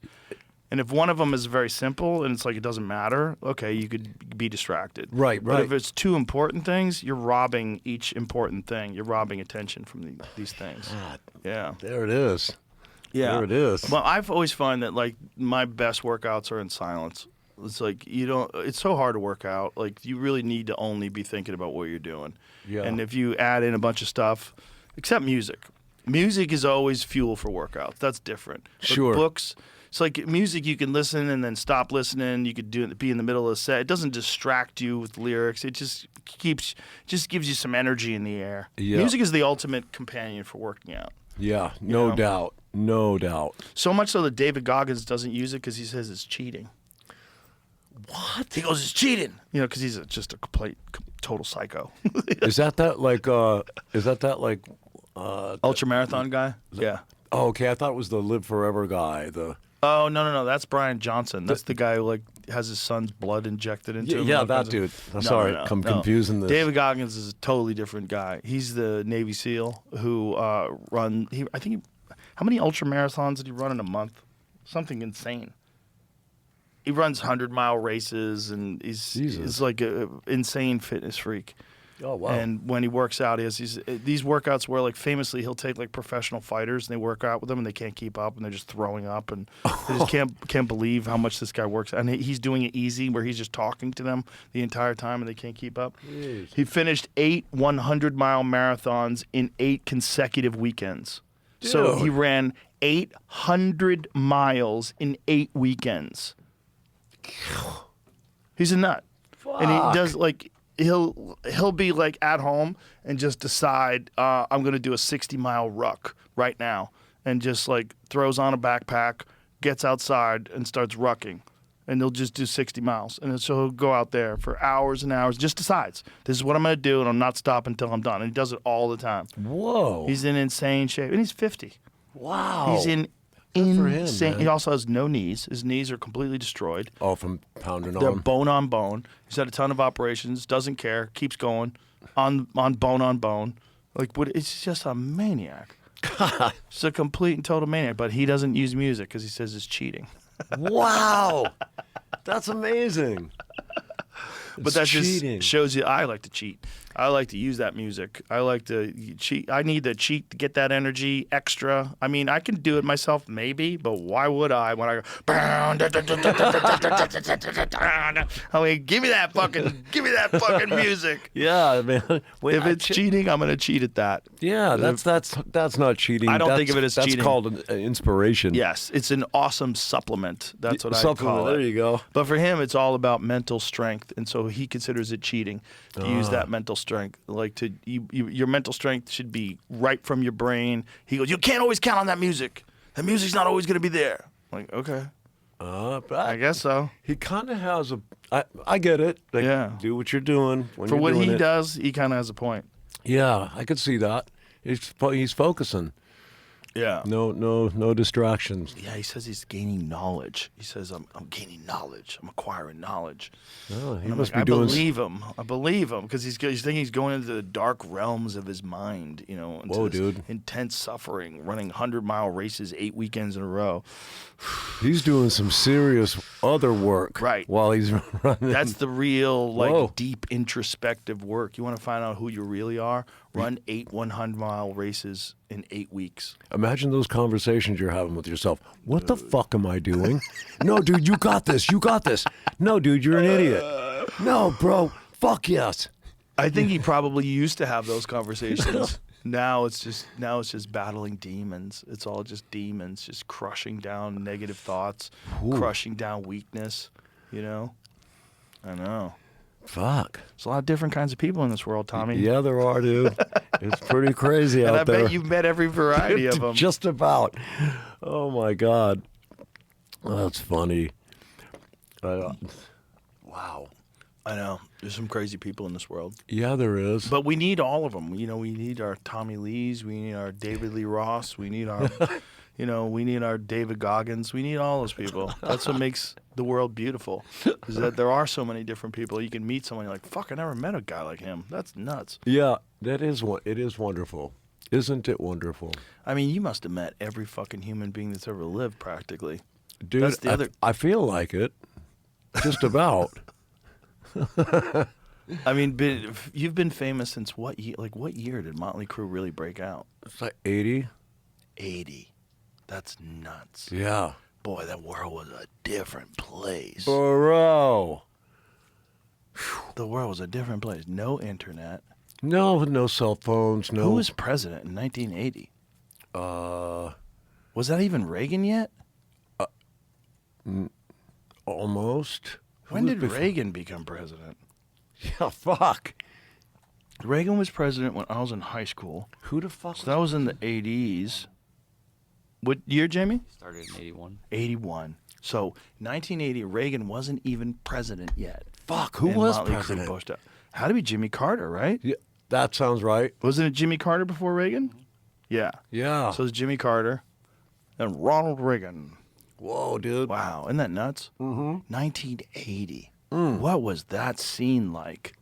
Bro, that was still to this day.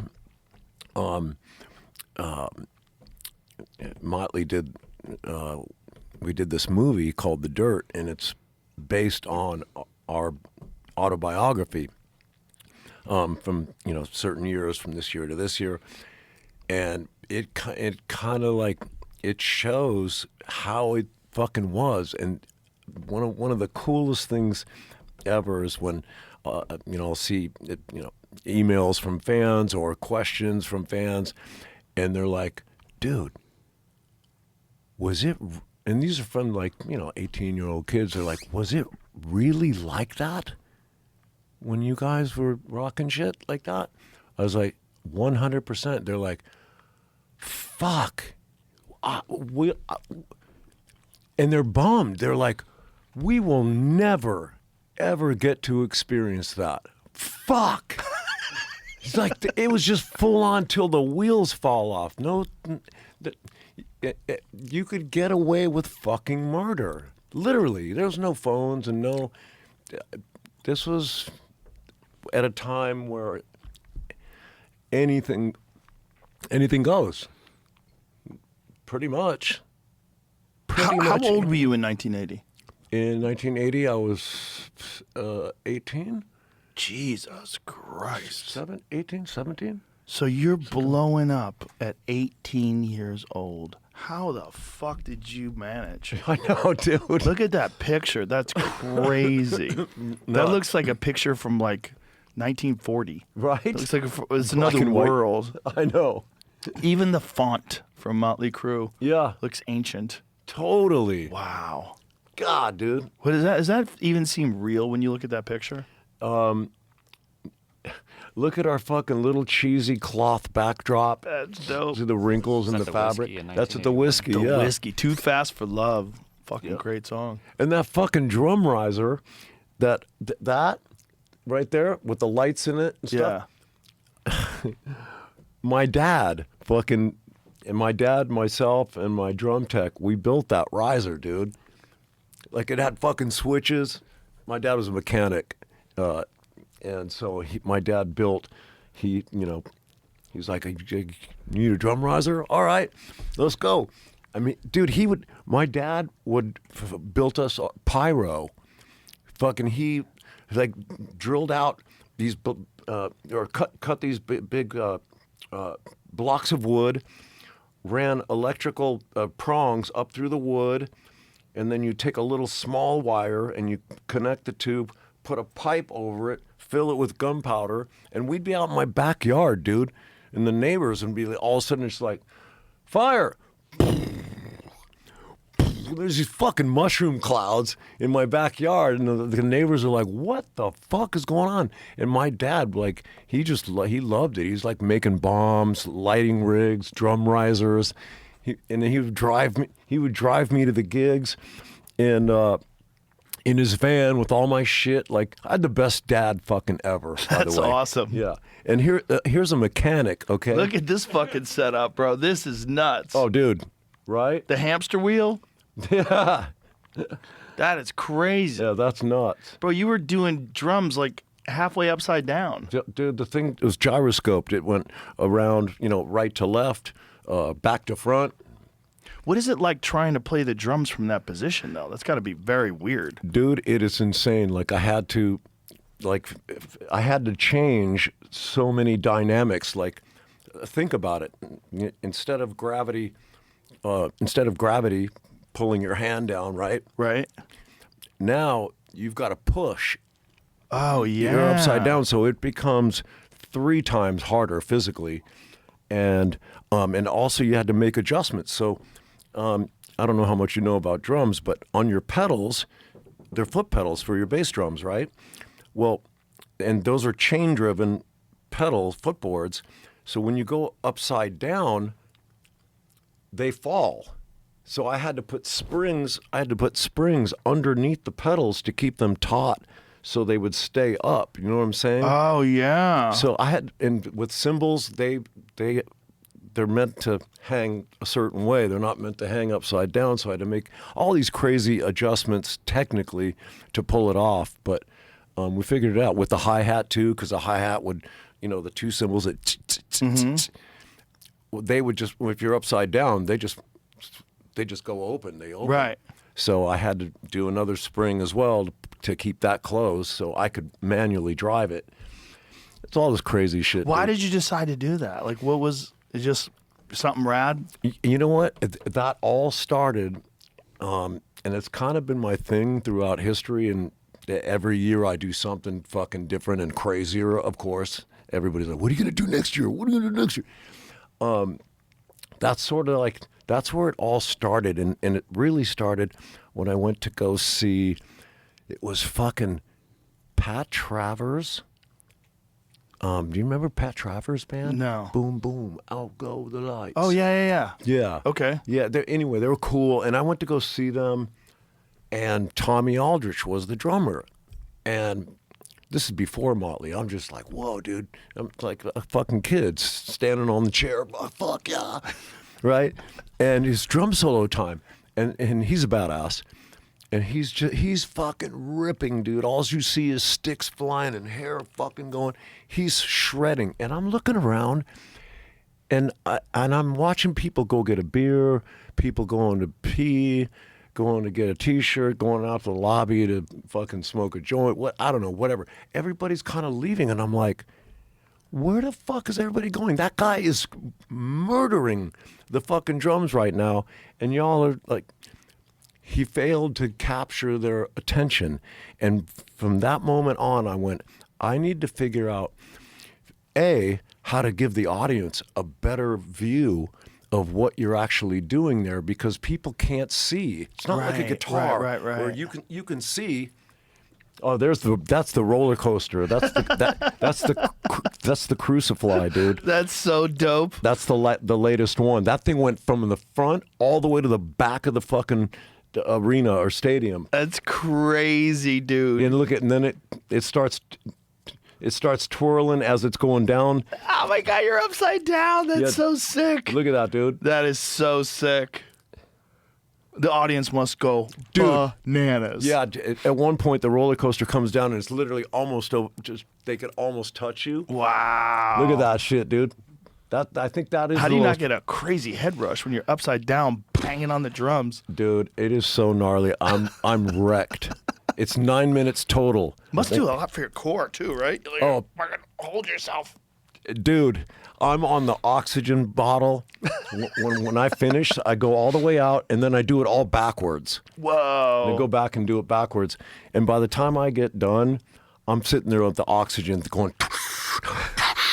while Mick does a guitar solo. I just need a couple seconds because I am fucking done. I can imagine, man. It's incredible cardio. It's insane. It's like shadow boxing for minutes at a time. Hardcore, super fast. Yeah. You know, I've always admired the on the physical punching bag. fitness. Yeah. Just constantly. And you know what that's like, man. Yeah. After a fucking minute of that, you're like, I know. The physical fitness involved in playing drums must be really crazy. Like, if you didn't play drums for like a few years and then picked it up again and started again, it'd probably take forever to get that endurance back. forever, dude. Because it's so, like, when you're going off, dude, you're so fast. You're going It's so fast. Dude, It's like everything's fucking moving. You're pounding your feet and everything. Like, fuck, man. I know. It's one of the most athletic things in all of music. It really is, man. And I had this, I was like, okay, how come I've weighed the same weight since fucking high school till today? Right. And I'm like, that's fucking weird. And I eat kind of whatever the fuck I want to eat. Like, I don't like diet or have some strict, regimented food program. I was like, I'm going to fucking, I got to see. I got one of those, this was years ago. It was like a pedometer you clip onto your shoe, like joggers would use it to see how. There's like the old version. You just clipped it on your shoe, and it told you how many miles you did. It's like a little tachometer, not a tachometer. Yeah, but I know what pedometer. you mean. Pedometer. Yeah. So I'm like, I get one, I clip it on. I'm like, I wonder how many fucking miles I'm doing after a 2-hour show. I don't know. Fuck, who knows? I know I'm sweaty as fuck, and I'm after the show, all I hear is ringing in my ear, and I'm fucking wrecked. I'm wrecked. I'm done. And I fucking took it off after the show, and I looked down, and it said 13.3 miles, and I was like, so that's why I don't fucking. That's why I'm just skinny fuck, and like I sweat it out. Look at Travis Barker, same deal. Same deal. Yeah, I mean, he We works had out a that lot build. as well, but it's like same deal. Yeah. It's like incredible amounts of cardio. The amount of, I wonder how many calories you burn in a 2-hour show. It's got to be off the charts. Yeah, that I haven't measured. Just Because it's not just jogging. Like, it's not like you're running 13 miles. Obviously, you're sitting still. But the pounding of the arms. Yes, Yeah. And the breathing. You got to fucking And the control. legs. Yeah. It's like, Yeah. God. Yeah, everything's going, man. You're firing on all cylinders. For sure, the most athletic thing in all of music. For sure. Nothing even close. Right? Yeah, no. I mean, playing guitars, you're moving your hands and everything, but it's not nearly. Drums are it's more like a sport. It really is. It really is. It really is. Like, Yeah. you don't see a really out of shape drummer. No. You no. know, it's almost like you can't be to keep up. No, I know. And yeah, you're kind of like, you're the fucking heartbeat, man. You're really, everybody's kind of, people say you're only as good, your band's only as good as your drummer. And that's really it's really true. And I'm not just saying that because I'm a fucking drummer, but the drummer has a lot of responsibility, man. Everybody, all the people that you see out there that are fucking moving, I'm responsible for a lot of that. And I'm not saying it for all of it, Right. but you sort of set the pace, and you're making people physically move, Yes. right? Like, and that takes a lot of work. It's the amount of energy you're putting out, you're getting back, and you're seeing it, and you're like, fuck, I'm driving here. Yeah. And that's a cool place to be, but it is a responsibility, and it is physical, and it's draining, but it's fucking rad. I live for it. Did you take lessons to learn how to drum, or did you learn on your own? I didn't really take lessons. I learned on my own until, kind of early in high school, I played in the marching band, but that wasn't really like drums. That was like more like drum corps stuff, like rudiments and drum corps shit. Not really the whole kit. Till later, I got my high school to let me, my grade school to let me borrow the jazz drum set at the school, and I'd bring it home, and then I started just like listening to my favorite shit, and I would just play along. And so I never really took any physical lessons. It was just in me, man. I was just like, I'm really good at hearing something and going, oh, okay, I got it. Okay. Did you have to learn how to hold the sticks? Do you hold the sticks in a conventional way that like you're taught, or did you just figure it out on your own? I just figured it out on my own. Just probably just moved on from the forks and the spoons. It's interesting how many great musicians learned on their own. You know? Like Hendrix. Hendrix taught himself to play guitar. That's why he played it upside down, left-handed. He just made it work. Yeah. Yeah. Just figured out how to do it on his own. It's really interesting how, like, with, you know, when you just get an instrument and listen to other people use it and learn how they're doing it and just kind of fuck around with it and figure it out. And then doing it your own way. Yeah. Of course. And then, then you got your own thing, which is, it's wonderful, man. Well, if you think about early rock and roll versus the way drums are played, like you play or like Travis plays, like some elite drummer plays, it's like drums are so much. It's like it's so much more powerful now than ever before. I know, man. God, and then that thing happens. I don't know if you've ever been around like a drum circle. The more drummers there are, like all of a sudden it becomes this thing. It grows into this tribal, like, dude, everybody's just being moved by rhythm. Yeah. And fuck, it's so powerful. It's like, you know, I don't know, that kind of, it's a more aggressive power than the kind of power where you can make somebody fucking cry playing the piano, right, playing the right chords. Right. I'll watch them cry. Yeah. Right? Yeah. But yeah, that's fun, man. There's nothing better than rhythm, man. I live for that shit. No, I can tell. I was getting in trouble all the time, man, in school because I'd always be like, always. Dude, can you stop tapping on the tables? Yep, sorry. I'd sit back in the back of class and be like, making like water drip noises. Everyone's looking around for a leak. Class clown. Well, there's something about drums that it's like a part of like tribal culture, like from the beginning of human time, like people pounding on drums. Boom, boom, boom, boom, boom, boom. For they pounded it on ships to keep pace with the rowing. You know, there was a guy that was the drummer on a ship. Yeah. You know, to make sure everybody keeps pace. It's kind of wild. Isn't that cool? You know, that they knew even back then. There's something about the sound of drums that's important. The heartbeat. Do you ever fuck around with bongos? Oh, sure. Yeah, those a lot of hand instruments, bongos, congas. I just the last couple of years been playing a hand drum. People call them a hand drum.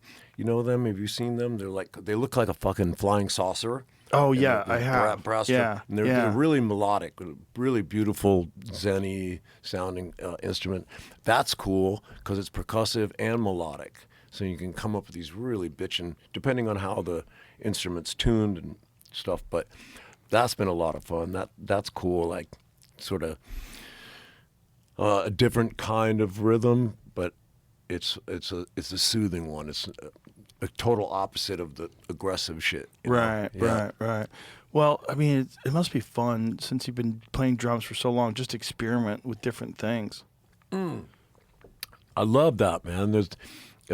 I'm always searching for a new sound. You know, a new percussive sound that moves you, makes you fucking, I don't know, that gets inside you. Right. Like I'm always on the hunt, dude. I'm such a tweaker. Like, you know, I'll find something that sonically sounds like a drum. It could be a drum. It's not. And I'll turn it into something that sounds like a drum. And all of a sudden, you know, I don't know, hitting on these elk horns or something sounds like a wood block, but pitched way, way down. It sounds like a note going, I don't know. Like I love percussion and rhythm, so I'm always fucking around trying to find something that moves us. You know, that's my job. Yeah, that's cool. Fucking I'm here job. to move you, man.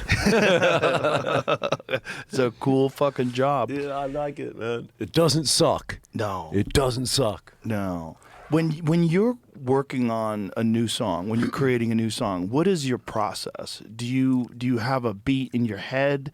Do you sit down and just start fucking around until something comes to you? Like, how do you do it? You know what? It's always different. I wish I could say I had like a thing. A process. I really don't, man. Like, you know, it'll be something that happened to me or something I'm experiencing will spark a word or a chant. All of a sudden, you know, then I'll pick up a fucking guitar and be like, oh, this is killer. Or sometimes they come with a beat. I'm like, oh, this is a fucking killer beat. This would be great. And then I'll start with a beat and then add guitars. It's never really, there's not really like a format. I just kind of go with whatever sort of inspiring me at the time that I feel like I need to write about. Yeah, there's not really like a way. I know a lot of people have a sort of methodical way. Like, well, I start with the lyric first. Always the lyric first. Nothing else is important. Okay, dude. Why don't we get people to move first before you try to seduce them with these fucking crazy words? Actually, no one's going to even Spoken like a true drummer. No one's going to even get to these fucking words if you can't get them to stay listening. Right. Or to move. They're like, oh, this is nice. Right. Isn't that the key moment when you're like, ooh, this is cool? Before you've even heard a lyric or a melody, that's kind of my priority is like, is it moving me? Yeah. Okay, let's go. It seems like having a bunch of different methods to get there is probably better anyway. Yes. Because there's all sorts of different paths to get to the prize. Right. And having a bunch of different methods of creativity is probably better. It's going to give frees you up more. Different results, right? Yeah. Instead of being, okay, well, it's going to start to sound the same if you keep using the same method. Yeah. When you write, do you write down on paper or do you just... Yeah? Yeah, paper. Yeah. You ever write on computer or do you ever like just write in your own head? You ever just like... I use the computer a lot too. A lot for demos. That's a really quick way to, you know, where I can present a song to the band where, you know, I play guitar, sing, drums, bass. So I'll bring in demos that totally created by you. So, yeah, they sound finished. You know, it's like, okay, and then you know, then we'll go from there. So yeah, I always try to, like, you know, not finish everything entirely, because, you know, when you're in a band with 3 other guys who also create, kind of leave it open for that. But yeah, I'd use the computer a lot to sort of compose the ideas and get them recorded, sort of produce them.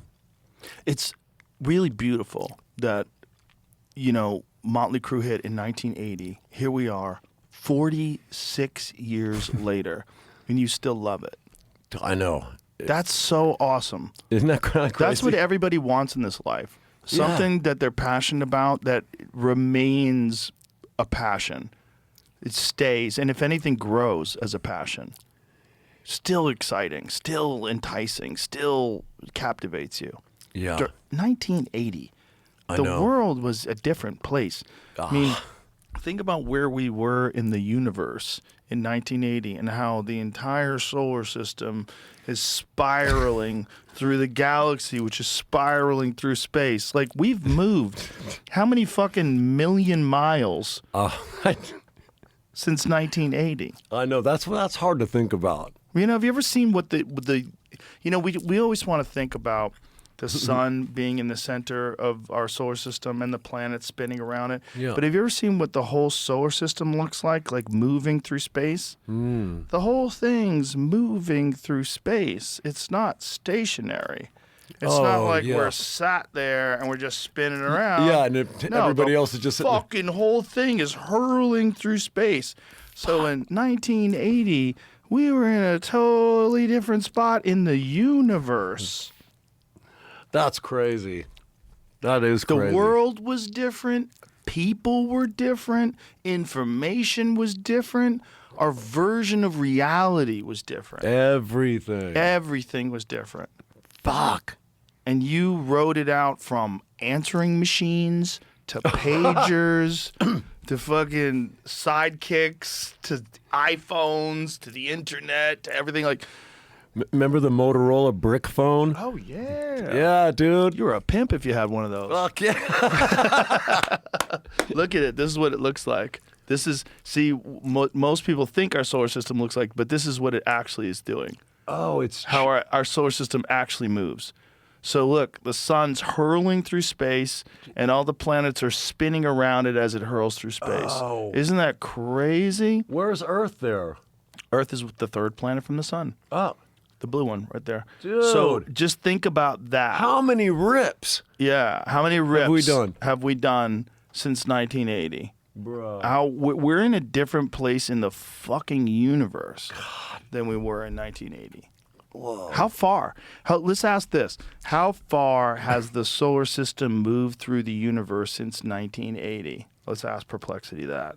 Oh my God. This is one of the best uses of AI. Stupid information like this. Yes. Yeah, it is. It is. I'm going to guess 100 million miles. Just a wild guess. I have no idea. I might be off by 100 million. It's giving me light years, not distance. Well, let me see what it looks like. Roughly 2 to 3. I think a light year is 1 trillion miles. Whoa, dude. 2 to 3 light years through space. Okay, how many miles is a light year? Put that in. Oh, I didn't say miles. I didn't think I just Right, but how many miles is a light year?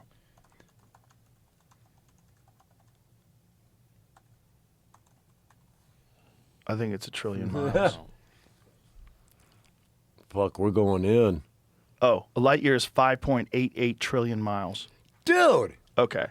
So Okay. think about that. Think about how many trillions of miles Earth has traveled through the universe since Mötley Crüe bust out onto the scene. Dude. Think of that. And 1 trillion is 1,000 billion, Yes, right? 1,000 billion. How Whoa. many 1,000 billion miles has the Earth moved through? So Get it was the- like 2 to 3. It was 2 to 3 light years.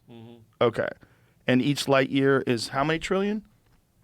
5.88. 5.88. How about that? So you're dealing with roughly 15 plus trillion miles. Dude, we're old. Old as fuck. You know, 1980, I was in junior high school. I don't know about old, but fuck, we've traveled. We have fucking traveled. Yeah, we have 'cause- fucking traveled. Damn. But that's a freaky thing to think about. How far, we're in a different place in the universe. Boy, thank you for that bit of information. That's nice to I don't know, just to think about. Dude, you know how many miles I've fucking traveled, bro? Yeah. 15 plus trillion. Trillions? Just since Mötley Crüe bust out onto the scene. What was it like being that famous at 18? That had to be nuts. It's fucking bizarre, dude. Like, I don't even know how to explain it. Just imagine having the fucking, I don't know, the keys to the fucking, pretty much anything you wanted to do, try. What was the first crazy thing you bought when you first started making cheddar? First thing I bought was my fucking dream car. It was a fucking '82 Corvette. T-top. Nice. T-tops popped out. What color? It was champagne colored. Ooh, nice. Yeah, it was kind of silvery gold, kind of a Yeah. fucking rad, dude. Like all my whole, I don't know, when you're a kid. In you're like, '82, the Corvette was one of the only American cars worth buying. Because in '82, they were still dope looking. Like, Yes. pull up a 1982 Corvette. yeah, they're still Like, fucking Mustangs looked like hot dog shit in '82. They looked fucking terrible. They looked terrible. Camaros looked like shit. Everything looked like shit. They were all like plastic garbage. That's still dope. Yeah, like that's still dope today. That's the color I had, dude. Look at that. That's the one. Look at that. Make that bigger. Look at that. That's that. That is a fucking dope car today. Yeah. It's one of the only American cars from 1982 that looks dope today. Like, pull up a 1982 Mustang. 1982 Mustang's going to make you want to vomit. Oh, dude. I know a lot of people that are like fans of the Fox body. They're like, Hell bro, no. look at that. What is that? It looks like a Garbage. bro, that looks like a gremlin. It looks like straight horse shit. That's whatever the fucking Russians did to us to make us make cars like that. Or really the Nixon administration by fucking blocking drugs. Look at how ugly that is. That is fucking disgusting. That is, dude. Look how fucking disgusting that is. Now, I want you to do this. Pull up a 1969 Boss 429 Mustang. Put up the pinnacle. The pinnacle of muscle cars. Look at that, motherfucker. Yeah, right? Look at that. Fucking Look at the difference between 1969 and that fucking dog shit Piece of shit. 1982. Extended Look at gremlin. that, motherfucker. Look at that thing. Yeah, God damn. America. That's a real car. That's but badass. they blocked the drugs. They kept those car makers from having drugs, and they all make garbage, except Corvette.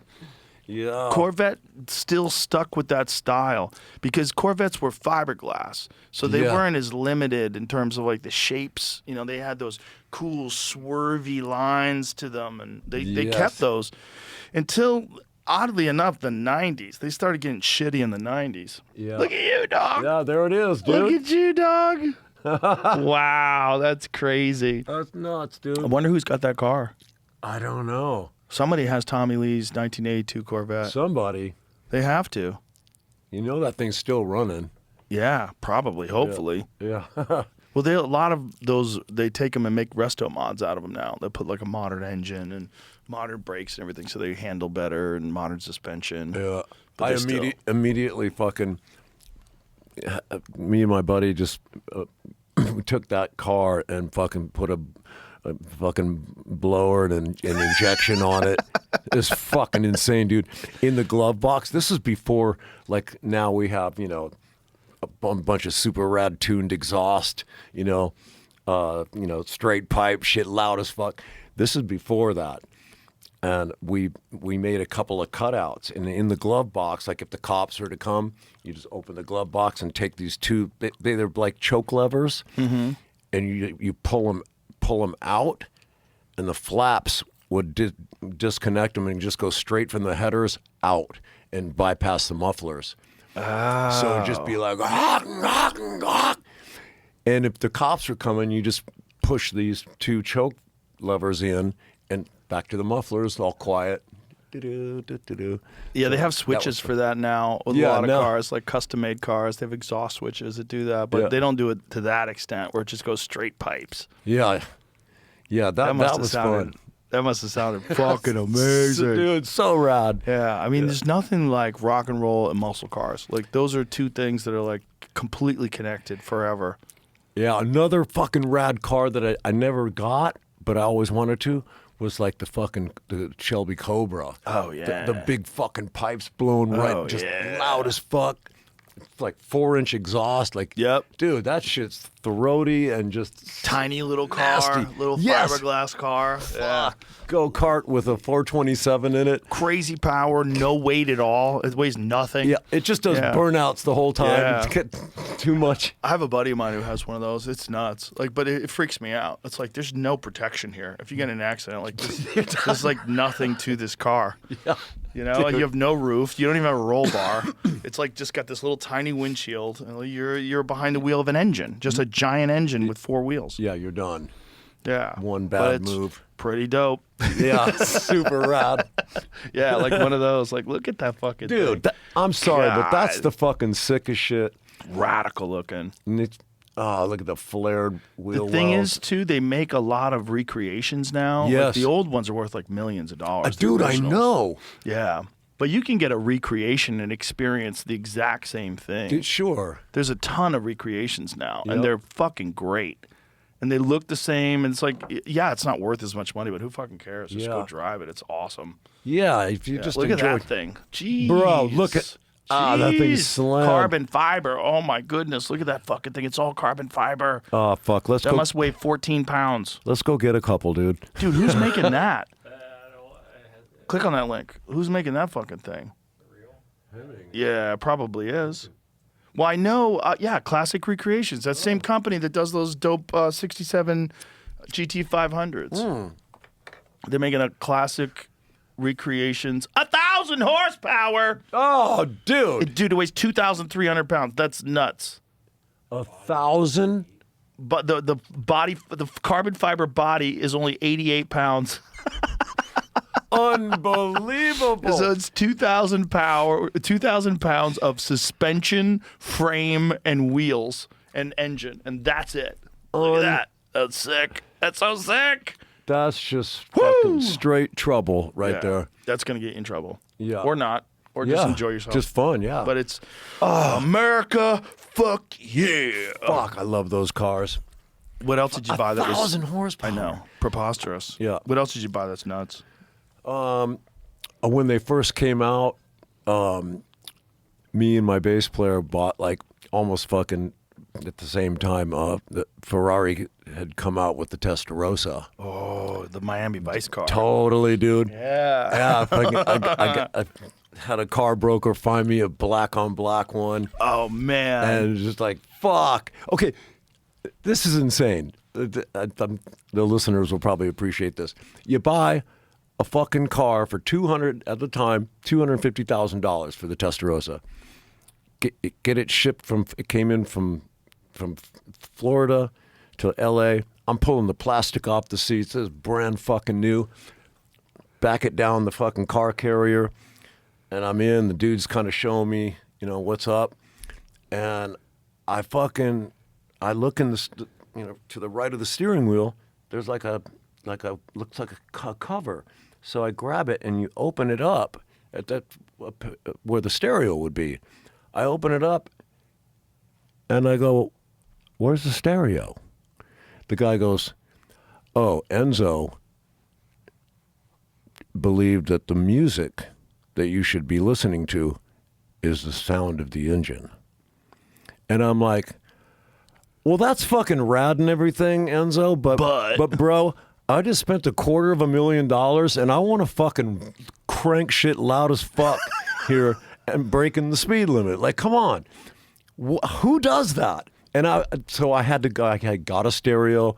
At the time, there was no subwoofers. There was a bazooka tube was available. You could drop. There's no room too, so you could get a bazooka tube behind the seats, right? And some fucking for a subwoofer. And some other speakers in the doors. And decent door speakers. Yeah. Decent. They were only decent back then. Yeah, and an Alpine receiver. But right. And I got it to bump, but I just found it fucking just shocking that that much money for a car and you still don't get a stereo? It's pretty ridiculous. Yeah. But they did sound incredible. And I totally get it. Like, there's you should be listening to the motor. There's a sound that those things make. It's just like, it's heavenly. It's totally different than the American sound of the muscle car sound. The muscle car sound is my all-time favorite. Yep. But there's something melodic about those Ferrari engines. There's like a sound just like it. There's a sound that it has. It's like it's so spectacular. It's just engineering, and it's wine and pasta and a fucking windy road and totally. Buongiorno. Totally.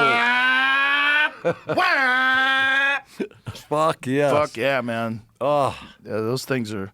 There's best. something special. And again, it's what is that? It's a piece of passion. It's artwork. It's artwork that's made into an engineering form. Yeah, that we get to play with. Yeah.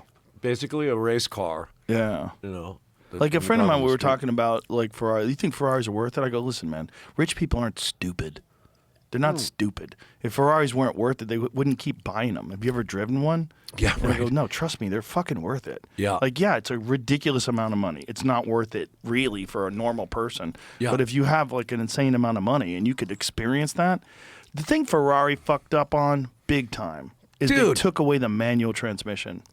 They fucked that up. Yeah, they fucked that up. Porsche's the only one who kept it. They're the only ones smart enough to realize, like, there's a part of the experience that you gotta fucking that gated shifter where you're clacking them in there in a Ferrari. Yeah. Yeah. Bring it back. Cut this shit. Yeah. Guys yeah, are that's true. silly. Dude, did you see the fucking electric car they just released? Which one? The Ferrari? Oh, it's dog shit. Dude. They fucked that up hardcore. That looks like a joke. That looks like something that someone made for just to get engagement online. Like it's fake, but it's real. I know. I was like, It looks as this ugly can't as be those real. 1982 Mustangs. yes, it looks like See, a pull a bar picture so- of the Ferrari electric car. Oh yeah. Look at Ferrari. Look at it, dude. It looks so boring What and the so nothing. Look Yeah. at it. And even inside, you're like, this looks like cheap dog shit. Yeah. Yeah, I don't understand it. I don't get it either. I thought it was like a joke. I know. Like Look at this. It's got suicide doors, which is kind Yeah, of dope. that's kinda cool. But you know what? It's really dope on a 65 Continental, not on this fucking thing. Look at you ugly fucking monstrosity. That's funny you mentioned that car. That's another one of my favorites. Oh, The 65 suicide Continental. doors, Oh fucking- yeah. Fucking. I know a guy who's got one for sale. That's a resto mod, and I'm fucking really thinking about it. boy. It's Yeah. a 65 black convertible with the suicide doors, and it's just Dude. mint. It's mint, and it's got a new engine in it, like a modern engine, and it's got fucking a perfect suspension in it. It looks so radical. There's something God. about that car, especially in a convertible, the 65. The convertible's that's my jam right there. Good luck parking anywhere. Yeah. You might as well be parking a yacht. It's like Fucking boat, dude. It's so big. It's so big. It's so big, but it's so sick. It's just I can't understand how Ferrari can make. Now, I want you to pull up a Ferrari 458 Italia. So I think the 458 is their masterpiece. I think it's the best looking Ferrari that they ever made. Yep. There's a lot of them that look great. There's a lot of them that are amazing. But for me, there's something about when they came up with the 458. It just, they nailed it. You look at that, oh my God, look at that fucking thing. That is a work of art. Yep. It's so beautiful. And it's a lot of people think it's the greatest Ferrari ever. When you drive, it also doesn't have a manual transmission, which sucks a fat dick. But other than that, go back to that last picture that you had of that one. Look at that one. Make that bigger. Yeah. Look at that color. Oh, it's a shitty picture. But Yeah. God, it's fucking beautiful. Amazing those design. are beautiful. Now think of the company that made that. Also made that. Go with that black one right there, where your cursor just was. Click on that one. Oh, baby! So, yeah, dude. Look how sick that is. Yep. And how do you go from that to that electric piece of shit you guys just released? I don't Fuck know. Fuck you. Fuck you for doing that. Yeah. How dare you? I bought Yuck. an F8 Tributo. Oh, those which are is very sick. very similar to Yeah. that, and that fucking car is badass. No, they make incredible cars. They Yeah. make incredible. And somehow or another, less douchey than a Lamborghini. I don't know how they did it. Yeah. You know what I mean? It's Yeah. like something about a Ferrari that you have one that's sophisticated. You know? Yeah. Whereas if you have a Lamborghini, like, look at this douchebag. This Yeah. fucking. Meanwhile, Lamborghinis are awesome. Yeah. They're awesome. But why is that? Why are they like attached to? I guess because it's kind of like, I don't know. Maybe rappers or something started. I don't know because started they use leasing them Ferraris too. And It doesn't make Yeah. any sense. It's like there's something about them that's more ostentatious, it's more obnoxious. the doors. Yeah. Maybe just too showy. I know I have a buddy of mine who loves Ferrari. He's a rich guy and he loves Ferraris. He's like, I can't drive a Lamborghini. I'm like, why not? He's like, it's just I don't want. I feel like a douchebag. Okay. I'm like, okay.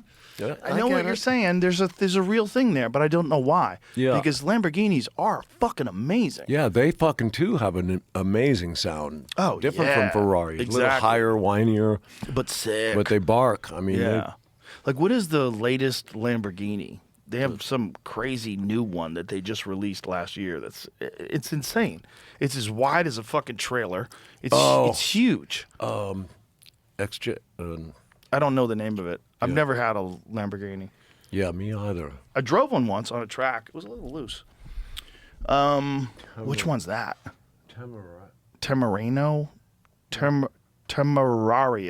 Temerario. That looks amazing. Whoa, dude. Yeah. Ooh. Yeah, that's pretty. Ew. That one. There we go. Huracan. That's another sick Oh, one. the Huracan. Yeah. That's a little smaller and lighter, I think. Yeah, dude. It's also amazing. You give an 18-year-old kid that kind of power in a car, and you're still alive. I know. Oh, dude, fuck yeah.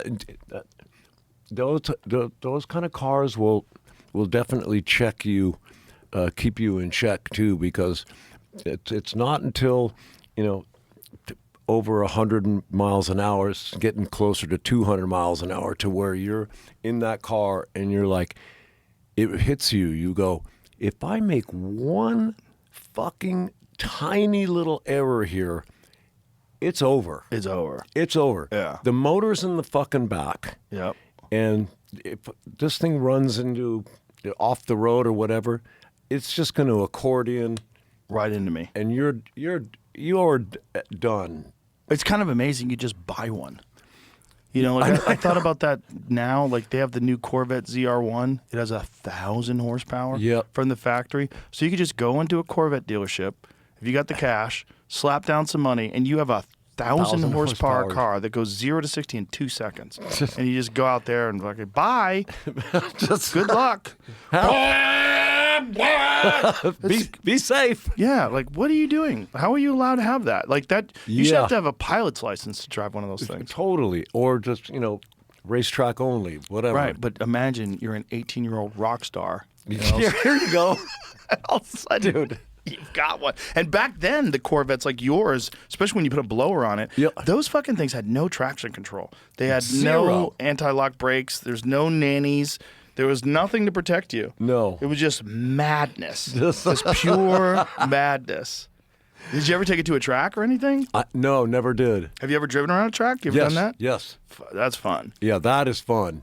Yeah. That is fun. I spent some time at the Skip Barber School. Oh, really? Yeah. But I had, of course, the Libra in me has to fucking learn about everything, about the apex and study. Right. Like there's a lot of physical and technical things about driving. Oh, yeah. If you don't understand about going into a turn at fucking 100 miles an hour, you're going to fucking die. Mm-hmm. So I was like, Oh, you're definitely going to spin out. Yeah, Yeah. learning how to do it was really interesting to me. It was really interesting to realize like the lines that you take. Yes. Like you don't just go in the middle of the track all the way. No, you're hugging the outside edge, then the inside edge, and cutting the lines to make a quicker time, and Yep. knowing when to brake and knowing when you accelerate. And it's so interesting. it's a lot, man. It's a Very lot. technical. Yeah. A lot more technical than anybody would ever think. You think you're just kind of steering the car like, no.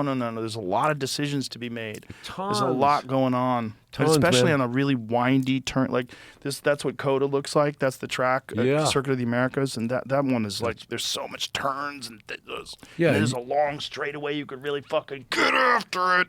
Right? Yeah. And it's not even about the acceleration. A lot of times it's about the braking. Yeah. I mean, fuck. Braking and turning. Dude. But it's like, that's one of the things that I say, like, is really worth it about having money, is like experiencing a great car. Because it's like an amusement park ride. Yes. Even Yeah. when you're not even going fast.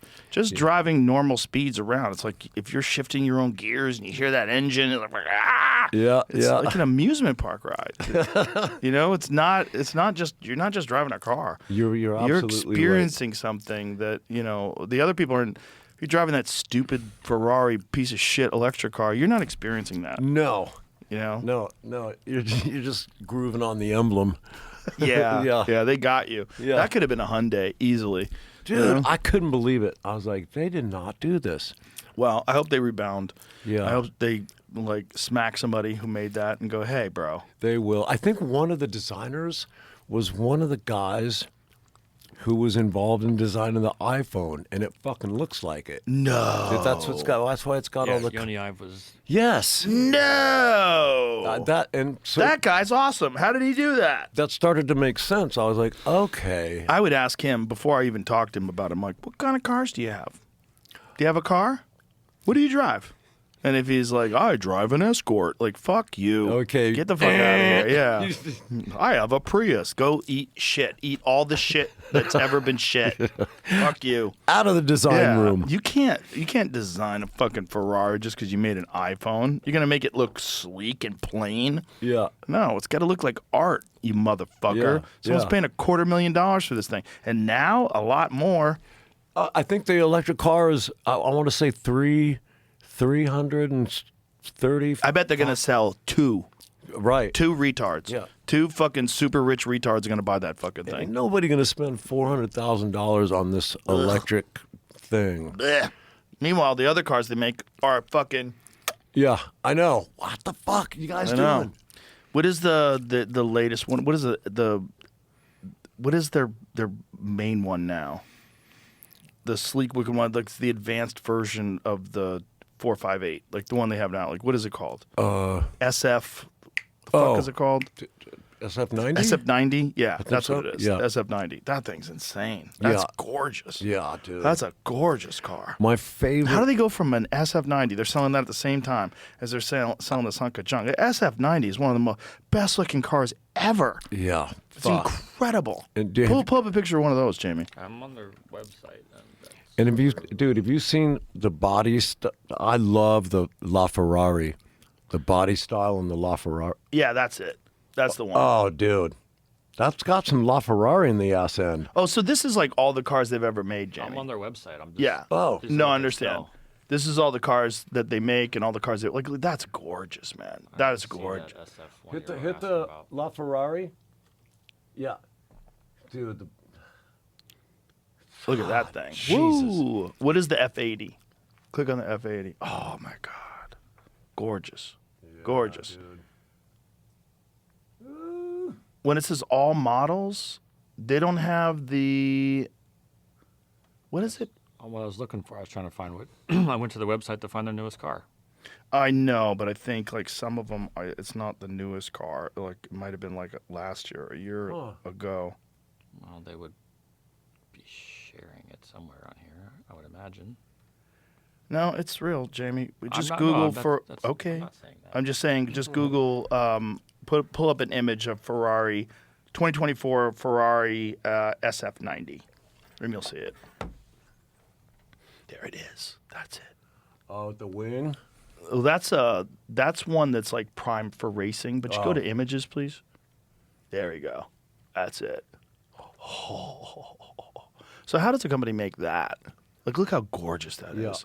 That's incredible. That's so beautiful. I know. How does a company make that? And then that The Johnny Ivy piece of shit. fucking thing. There was like three dudes. One dude, like I guess, designed the iPhone, and there's two other designers involved. They probably work for Lamborghini. They're probably spies. They probably, they infiltrated and decided to like ruin it from the inside. Probably the same guy that made Billy Squires' music video. Dude, that guy's got to be stopped.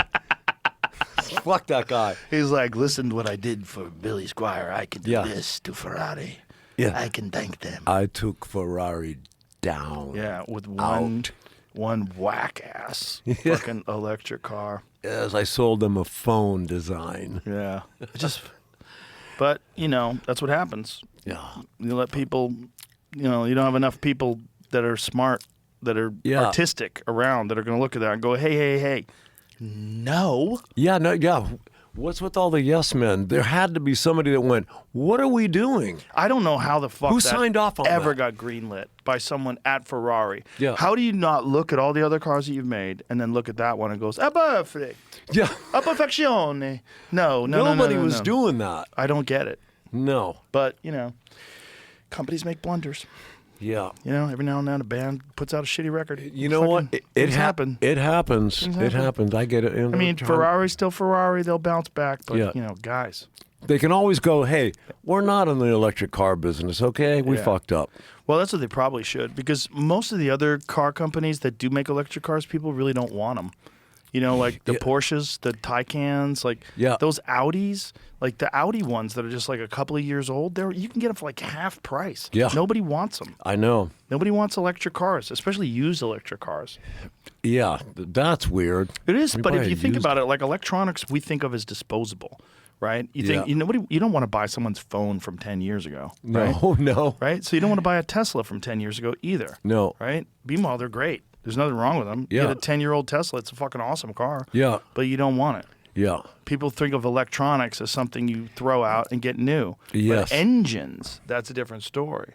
Yeah. You know, like a 2005 Porsche is still very valuable. People love those things. Oh yeah, those things have gone through the roof lately. Like with the Porsches, like, I just know so many guys that are just like buying them up, collecting them. Well, I think also as things become more electric and more numb, people they really love the sound of engines and the feel that you get from those cars, the actual experience of it. Yeah. You know? Yeah. It's like as things get more and more digital, I think with AI and music and everything, people are going to want to see live performances more, you know? No doubt. Yeah. I think they want that experience, the experience of like raw, live, something that makes you feel alive, something. All about the experience, man. All about it. You guys are touring again? Yeah, coming up. Mid-July, we're out. How fucking pumped are you for that? Couple months. So pumped because I've actually we've been home. We did this big stadium tour with Def Leppard. Went all around the world. That tour was 2.5 years long. Wow. Like, dude, that's insane. So, and I started to realize, I'm like, fuck. I can't remember the last time I've been home, like with a break. Like we intentionally were like, let's just fucking take a year or more than a year off, and it wasn't until 2016 was the last time we had like taken a break. So for me. It's just been fucking wonderful. I actually enjoyed the whole last summer at home, and going into summer now. We're getting ready to go back out, but just having that time at home was really fucking cool. So I'm super pumped. The grass is always greener, dude. Right, right. You know, when you're out there fucking ripping it, you're like, this is fucking rad. And then after a while, you're like, I'd shoot my own mom in the back to sleep in my fucking bed. You know? Yeah. You know, and then when you're at home too long, you're like, dude, I got to get out of here. Right. You know, I got to go do the shit. So it's, I don't know, it's a weird balance. You know, you're happy until it's too much, and then, you know. Well, it's just achieving the balance, but it's awesome that you still love it so much after all these years. Oh, man. It really is. Dude, let me just tell, there's nothing better than, imagine, right, let's trade places for a second. You're back there, you're playing drums, and you've been doing this for a while, long enough to see this is the fucking best in the world. You see your fans, all of a sudden your fans have had children. Now their children are on the shoulders of their fucking parents who were your fans. Now they're bringing their kids to the show, and their fucking kids are on their dad's shoulder going, shout, shout, with the fucking devil horns up. And you're sitting there going like, dude, that kid, what is he, fucking 10? And he's just fucking, you know, and right. like just he's air drumming. Yeah, just to see that you've sort of, you know, I don't know, you've done a full circle to where now it's a whole nother generation that's just now seeing this for the first time, and they're fucking, and you're sitting back there playing, going like, that's pretty fucking incredible. It's pretty fucking incredible. That doesn't get old, man. To watch that happen is probably why become the reason why I love it so much. That really like puts a fucking nail in it. You know what I mean? Fuck yeah. That's like, then that can only be achieved through time. Yeah. Right. Yeah. So that's nothing I've ever experienced until recently. In the last few years, you look out and you see a whole bunch of kids, man, and they're all just checking it out for the first time, maybe. Wow. For sure, some of them, right? And you're like, dude, fuck, this is wild. Wild. That's awesome, man. Yeah, that's beautiful. Brother, you've had an amazing life. It's been an amazing ride, and I'm so happy that you're enjoying it so much. Thanks, bud. And thank you for being here, man. It was really cool. Dude, really enjoyed it. Thank you for having me, man. My pleasure. It's My pleasure. I've been wanting to come by and see you and come hang out and talk shit. I'm glad we did it. Yeah, I'm glad we did it. All right. Thank you. All right. I Bye, love you, everybody. Joe. I love you too, brother. Bye.